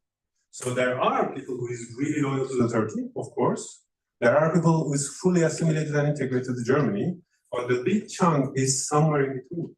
And so, yes, it has an influence on entrepreneurs, but I would say the reality is more complicated than it seems, I have to say. But they are not uniform. So they are hybrids, you know, these terms that was dropped by, I think, by you as well, from Chantal. They are hybrid, but the hybrid can be many different ways, not only one. Yeah. Well, again, to you, maybe this is something, the next topic, talking about the next topic, issue of like cultural identities and also at the same time integration, which is also a very important topic in here. How is this playing here, especially in terms of the role of media? I mean, like from the home-based media is more of like talking about cultural identities with diaspora, and also from the state-based media, more of the issue of integration. How is this impacting or affecting this overall discourse or the discussion? Is that like kind of exacerbating the conflict, or this ongoing kind of, maybe not saying a conflict, maybe it's not like a very good word, or this kind of two different perspectives? How is the rule of it? Well, yeah, thanks. If I understand correctly, if the question is like, if the culture itself, let's say, not the state. Yeah, culture and integration. Yeah. So yeah, true. Yeah, the state-led actors and initiatives are kind of insisting or highlighting the extension, you know, via either legal bonds like citizenship or remittances or money and stuff, whereby I would say kind of lay people rely on culture. You know, I speak Turkish, I like the country, I like my home. So the kind of cultural artifact that is not influenced by state is kind of on a lay person level, it's very common. But this don't mean that states do not use this. They actually use sometimes, they intertwine with it.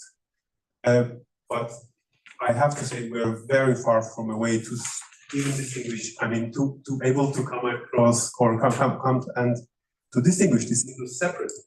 I mean, even the influence of media is very kind of, at least when it comes to the political science and sociology, is taken for granted. You know, states act, so it has an influence.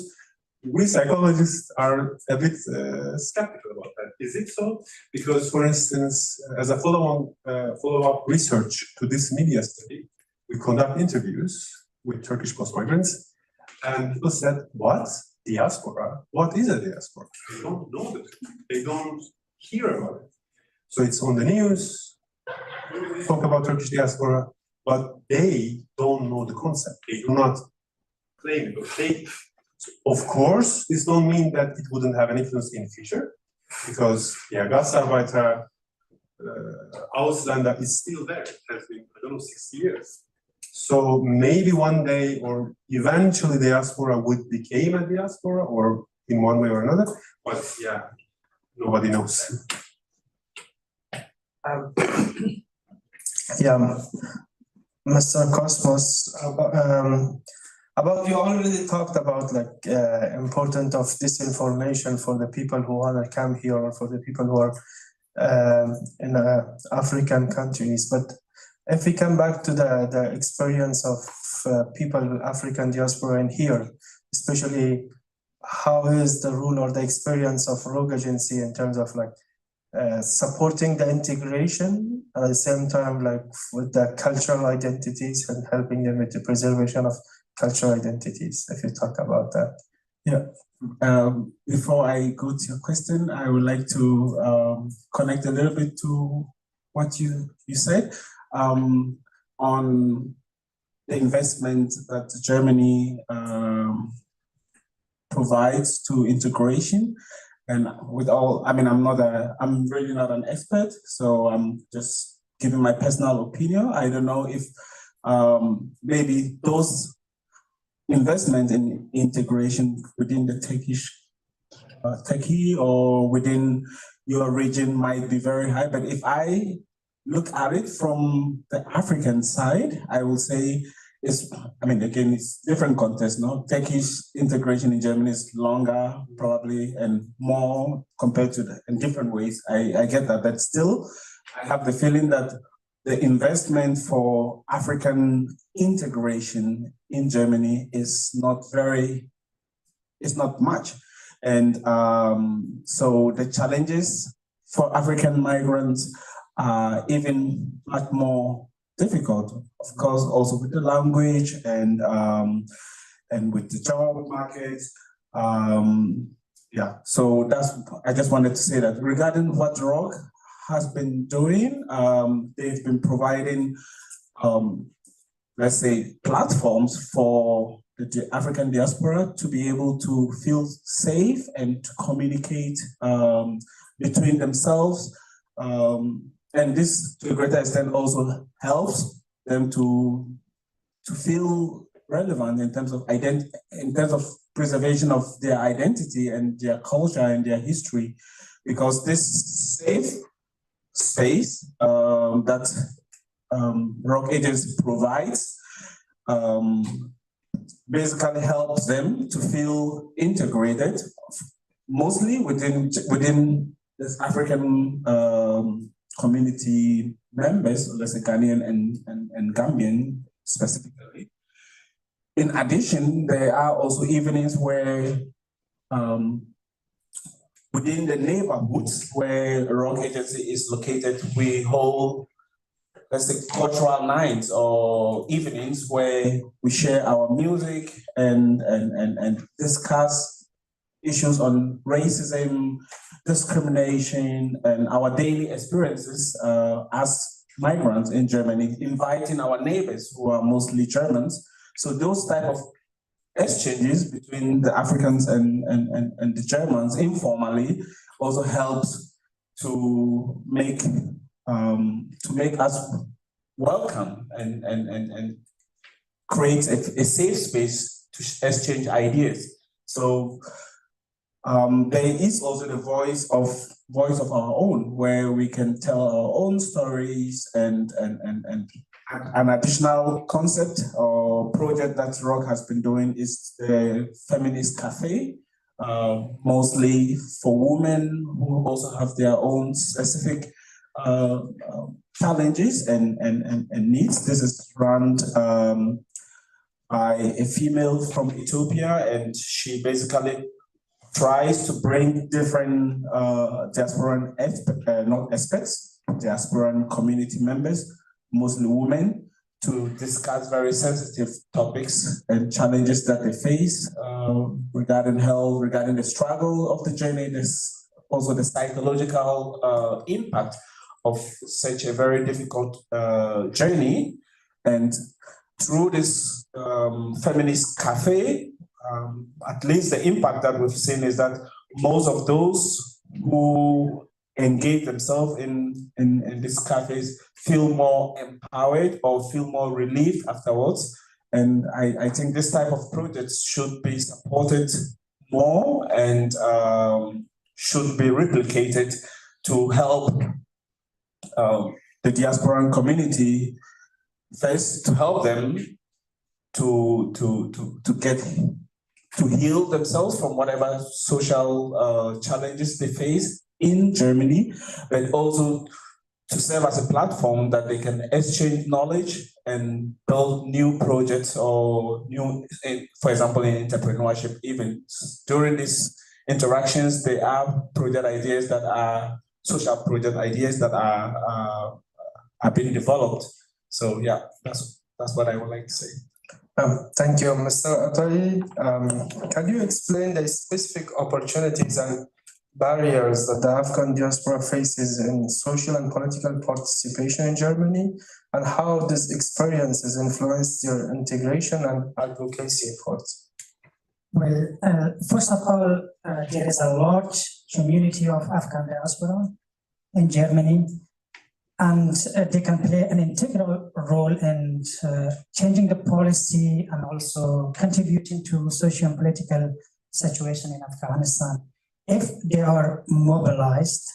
But at the same time, since the Afghan diaspora is a diverse community, they have various interests, needs, and also organizational patterns, as well as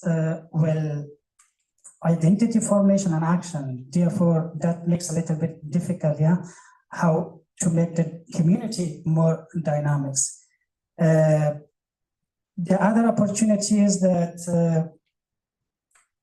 they have the right and the freedom to establish associations and organizations according to the law, and they can also get the membership of the political parties and take part in electoral campaigns and debates, and also support the migration politics in Germany, as well as bringing the agenda of Afghanistan into the political parties, because that's the only platform that they can influence more effectively the policies and programs of German government.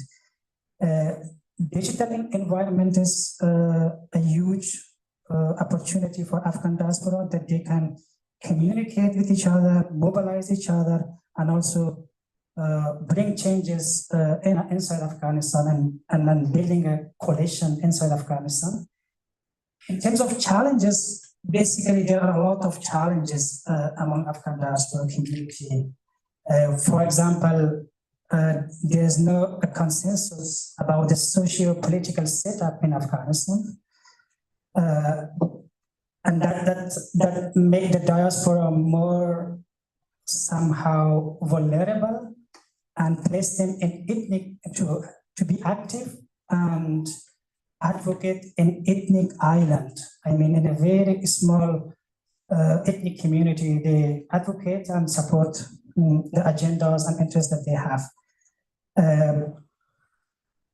Therefore, the Afghan diaspora is a fragile and fragmented diaspora, and they do not represent a united voice related to Afghanistan in Germany. But in terms of integration, they support the other migrants and refugees and facilitate the smooth integration of migrants into society, which is good, I think. And they also want to get integrated very soon and draw their professional perspective and design their professional perspectives as well as future life. Thank you. One more thing is the language. Language is always a barrier for majority of the Afghan diaspora, and it takes time to learn the language. And the integration program of the German government is designed in a way that they consider all generations and all ages the same. For example, most of Afghans have been illiterate in Afghanistan, and they cannot read and write, and they attain the same integration process as I was educated in Afghanistan. I could speak English at that time, and it is really difficult for such category of people to learn the language very soon and stand on their own feet. Well, we can stop can I start the last or the conclusion question, which is actually kind of general, and I want to have all of your opinions. It's actually in this conference, we had two specific purposes. One of them was like kind of the intrinsic perspective or the ethic and the emic perspective. At the same time, we wanted to see the bridge between the theory and the practice. So as a person who are like part of this diaspora communities, I mean the different diaspora communities, about having this intrinsic perspective and also being someone who are doing research in this area, what policy recommendations you have in general for enhancing this communication within the diaspora communities and overall in Germany? So maybe, Senator, you can start or I you can can start, start. yeah. Okay. For me, I think the narrative has to change. First of all, because Professor Pai, I forgot.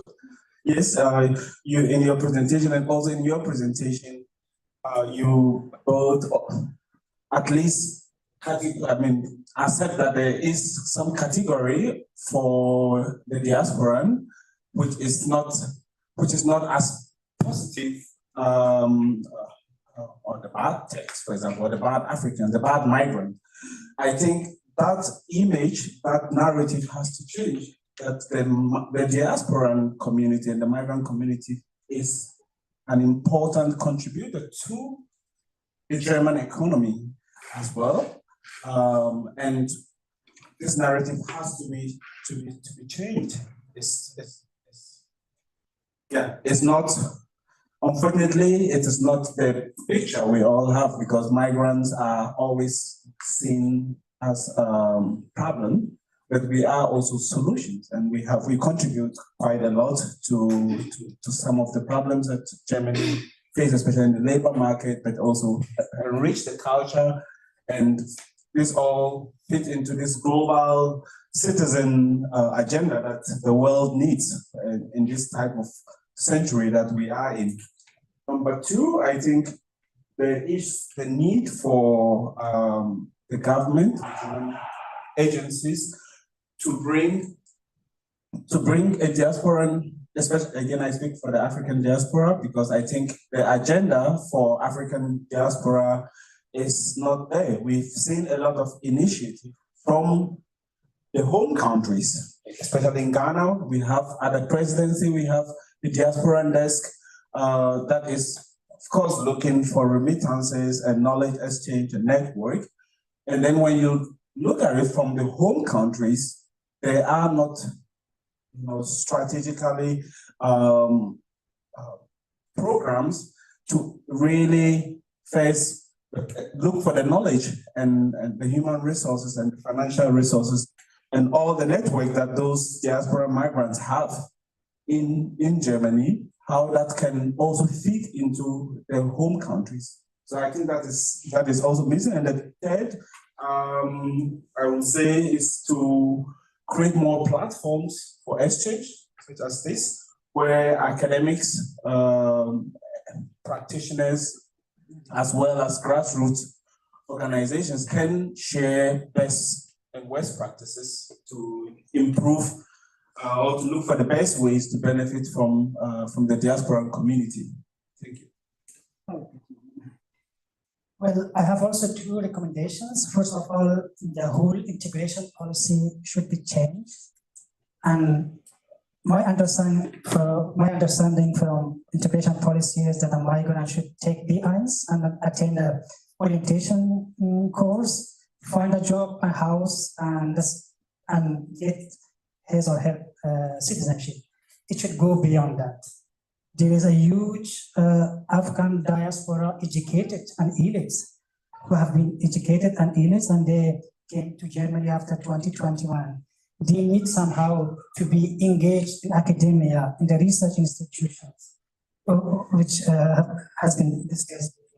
So this is the second recommendation, that such educated people and refugees and migrants, or evacuees they call it, should be engaged at a higher level in order to orient themselves from job perspective and also revive the social class that they had in Afghanistan, partially, not it's not possible to fulfill because most of them were either doctor, teacher, journalist, government employees. They are now, well, unclear about their future perspectives. Thank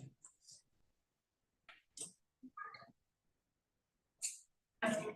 On my side, I would say to treat an illness, you need to know the right cause of the illness. So that means if we want to address the question, then we need to have exact data on that issue we are addressing. For me, it's really important because you cannot just keep on speculating about what could be done. But if you have the accurate data, then the policies as well will be drafted according to this to the exact data. And I think this is where Germany could actually emphasize more. We should move from just having demographic data about the population and the different, to have more specific data, not just of the different communities that are here, because these communities are not going to go, they are going to stay, and this is a reality that we need to face. But also we need to know how are they integrating on different platforms such as social media. And if we want to increase their visibility, I think one of the good ways is actually to have these national data, because private organizations by themselves are not sufficient enough to collect such data that can be collected through government organizations. And the last one I want to say is to increase the visibility, the representation of these diaspora communities on traditional social media, because it is, to change the narrative, you need to give visibility. If we still remain in our different cluster of communities, then we are still having the same image that's just within, and we are not touching the people that we actually want this exchange with. We want to actually have a space together. We want to interact and then to see what we contribute. And it's this journal, for example, called Afro News, who actually has this project of Community African Awards. So it rewards African contribution into the German society. So that how many Germans do know that? How many Afghans do know that? How many Turkish people do know that? And it's not just about the German community, because you're not just interacting with German people, we're also interacting with other diaspora, and it's vice versa. It's not just an African thing, it's also how many Afghan singers do I know? Unfortunately, I don't know because I don't interact. So because at the same time, this fragmentation is not just in terms of the big communities in diaspora, it's like diaspora remain with the diaspora. There is no collective mobilization. And whether we want it or not, when you come from an outland, we are all outlanders. But we don't come together, we don't mobilize. We still, the fragmentation is not just within an identity group, it's also across the group. So you don't know the African part, I don't know the Egyptian part, I don't know the African part, but we are facing the same struggle. So I think for me, that would be really one of the most important things. Thank you, Dr. Adi. Very well said. I don't know what to add on this. Thank you. I mean, of course, as researchers and scientists, it's always very difficult to recommend something like a policy in the practical sense. And I don't have concrete things, but I think I will repeat what Matthias said, giving voice to the people who have something to say. From the Turkish hospital sample, Turks integrated in 70s when they created wild strike in Kürd. They were peasant in Turkey, they became workers and they organized better than their German counterparts. But they didn't welcome. They crashed in the working class in 70s and 80s, and they say, go and organize around the mosques. Now, it became another problem. So, migrants, diasporas, and minorities always have a voice and they will have voice. So we have to give voice that is not, I mean, this is the only thing that I can ask and recommend, but how is a totally different question. But thank you very much for the opportunity. Well, thank you very much. Now we have like 10 minutes for questions and answers. If you have any questions, Yeah. Thank you. I do have two questions. Thank you. That go to different speakers. Two questions. First of all, around the diaspora, especially the Turkish diaspora in Germany, and how it's being instrumentalized as well by Erdogan and by the state there, rising or using anti-colonial narrative and highlighting the Islamophobic discourses here, to garner that support. And based on your results, also what I feel is the German media and public discourse and political discourse is excluding, while the Turkish official discourse is attracting. So this is the push and pull dynamics that would also lead to that current maybe polarization even amid the Turkish diasporic actors themselves along the secular religious spectrum. So my point is rather how to overcome this exclusion. And you've mentioned cultural elements, legal elements in terms of paper, a residency status, and it doesn't say much about identity. At the end of the day, it's a piece of paper, and the political elements.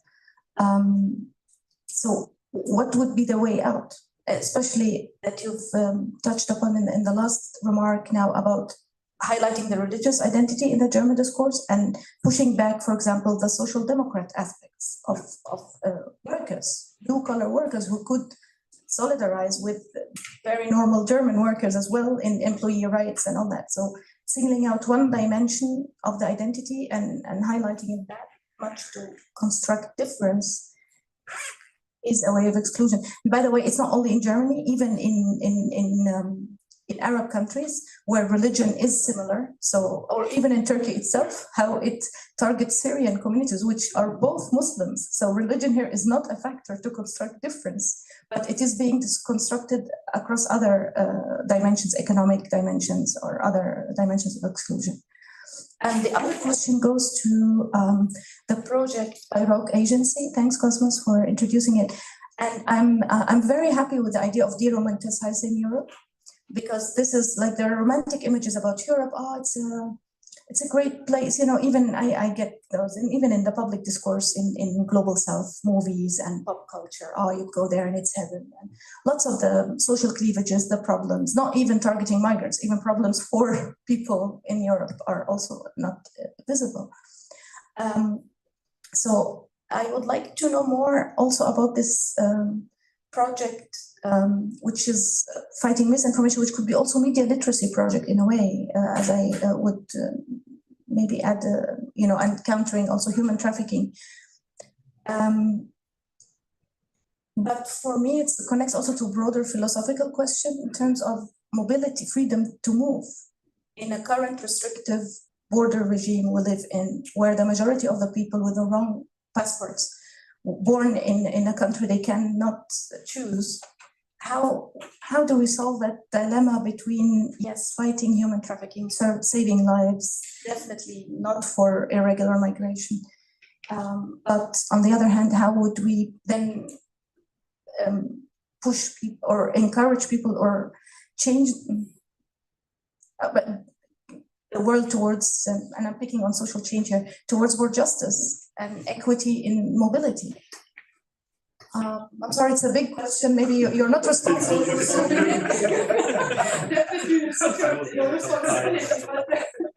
But rather a resonance, and I mean, Palestine, like a Bundesaufnahmeprogramm, is one of the biggest fiascos ever. I mean, it's just that example for that. Should we collect or should we go one by one? Maybe one more question? Yeah. Another question? If nobody wants. Thank you very much for the panel. I've got an easy question. Are you lucky with the concept of diaspora? Because I learned a lot today about different views. Eileen mentioned the hybridity of the concept. So, and it's a hybrid concept. So, do we call all the people from Ghana who live here, do we call them diaspora?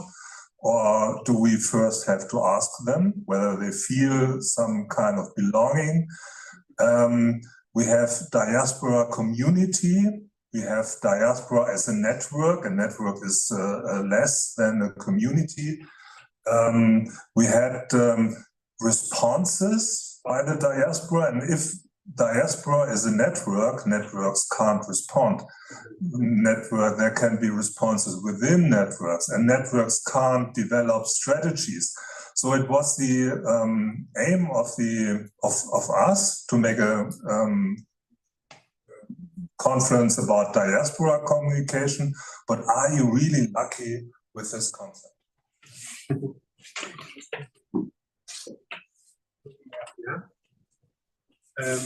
Maybe I will speak and then Cosmo spend some time for this difficult question. Thank you very much for both of the questions. I will start with the Turkish case. I think you put it very nicely. I mean, can you please more? Yeah, sorry. I'm not accustomed to use a microphone.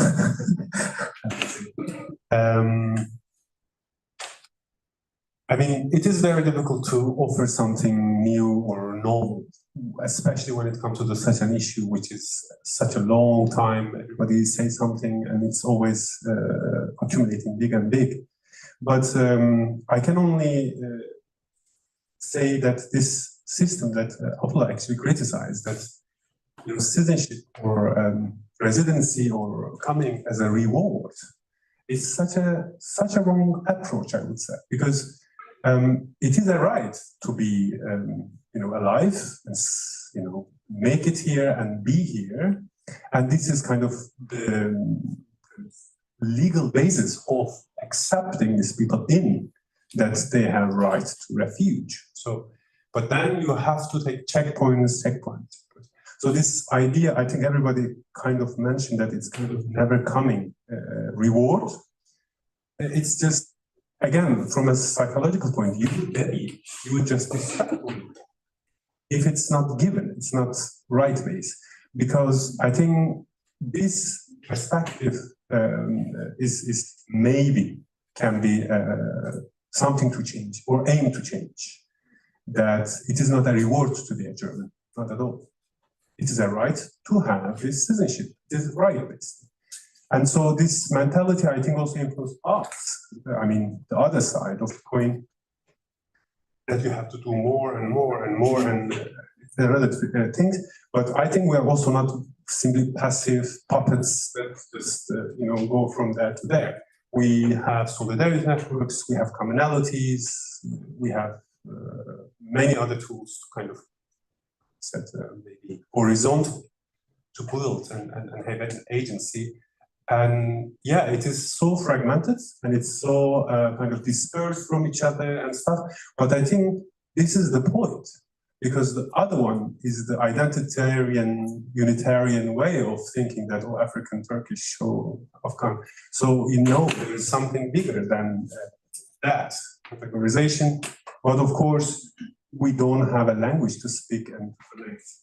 And that's why I think diaspora is, very big potential, like as a concept, but I have to say, I cannot digest the concept, at least for the Turkish context, because there is already very common, easy, bottom-up things people are using, like gurbetçi, I don't know, other things that they have a voice in it. But diaspora in the Turkish context is a bit, I would say, stolen by the state, so that people have a distance. They don't like it so much. And I have to say, I have no problem to be fragmented and disorganized, because this is not, I would say, the issue here.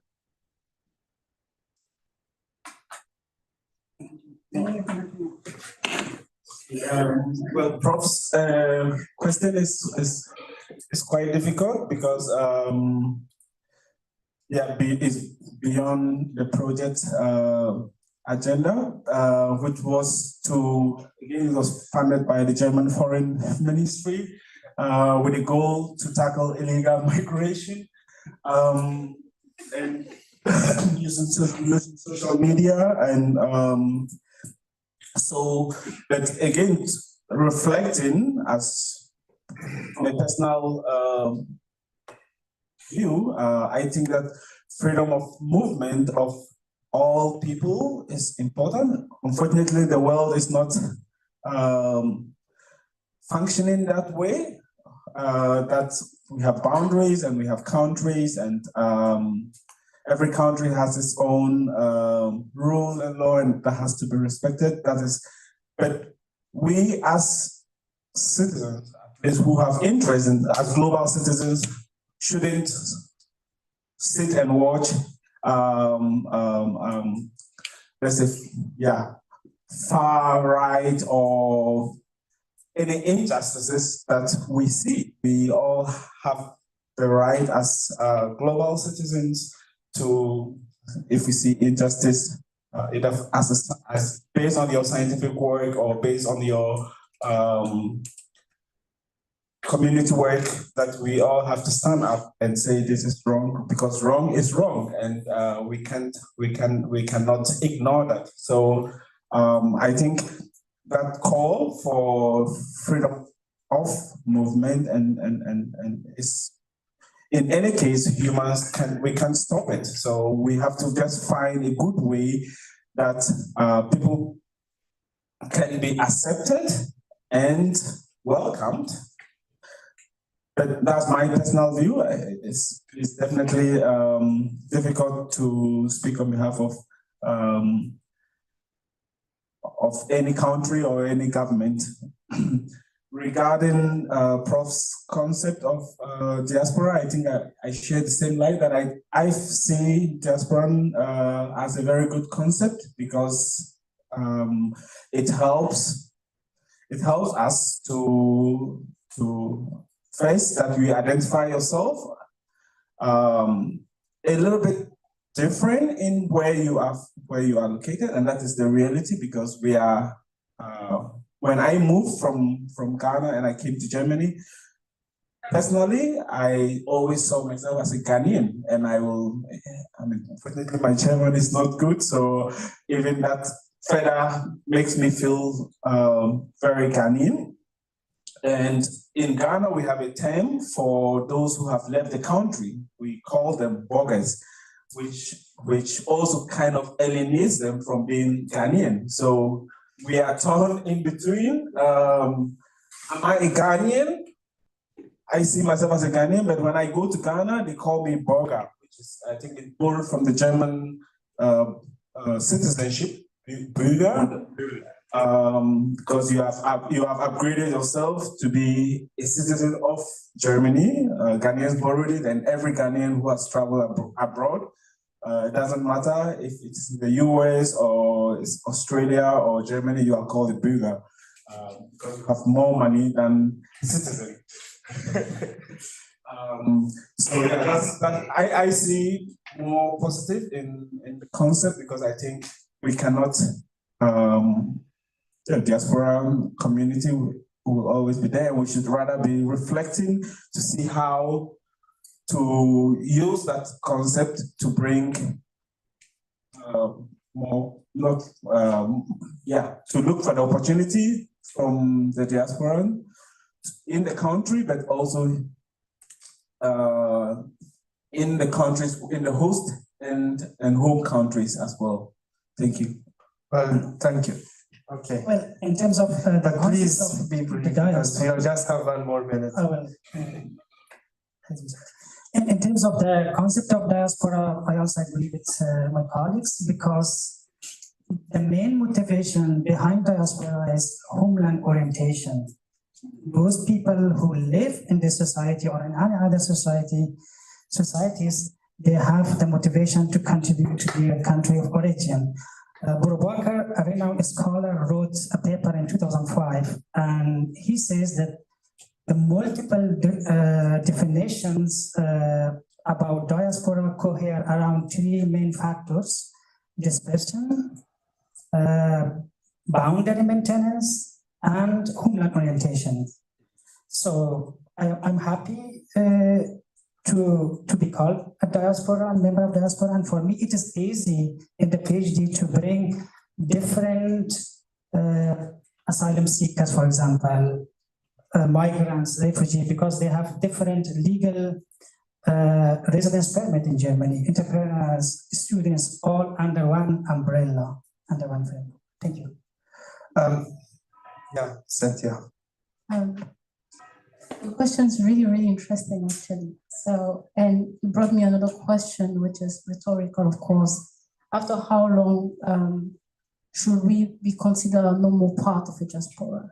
That would be the question. But I think it's also important to bear in mind that every state has its internal organization that we should not put aside, which is normal for a state to differentiate between his original population and people who migrate. It's a human right.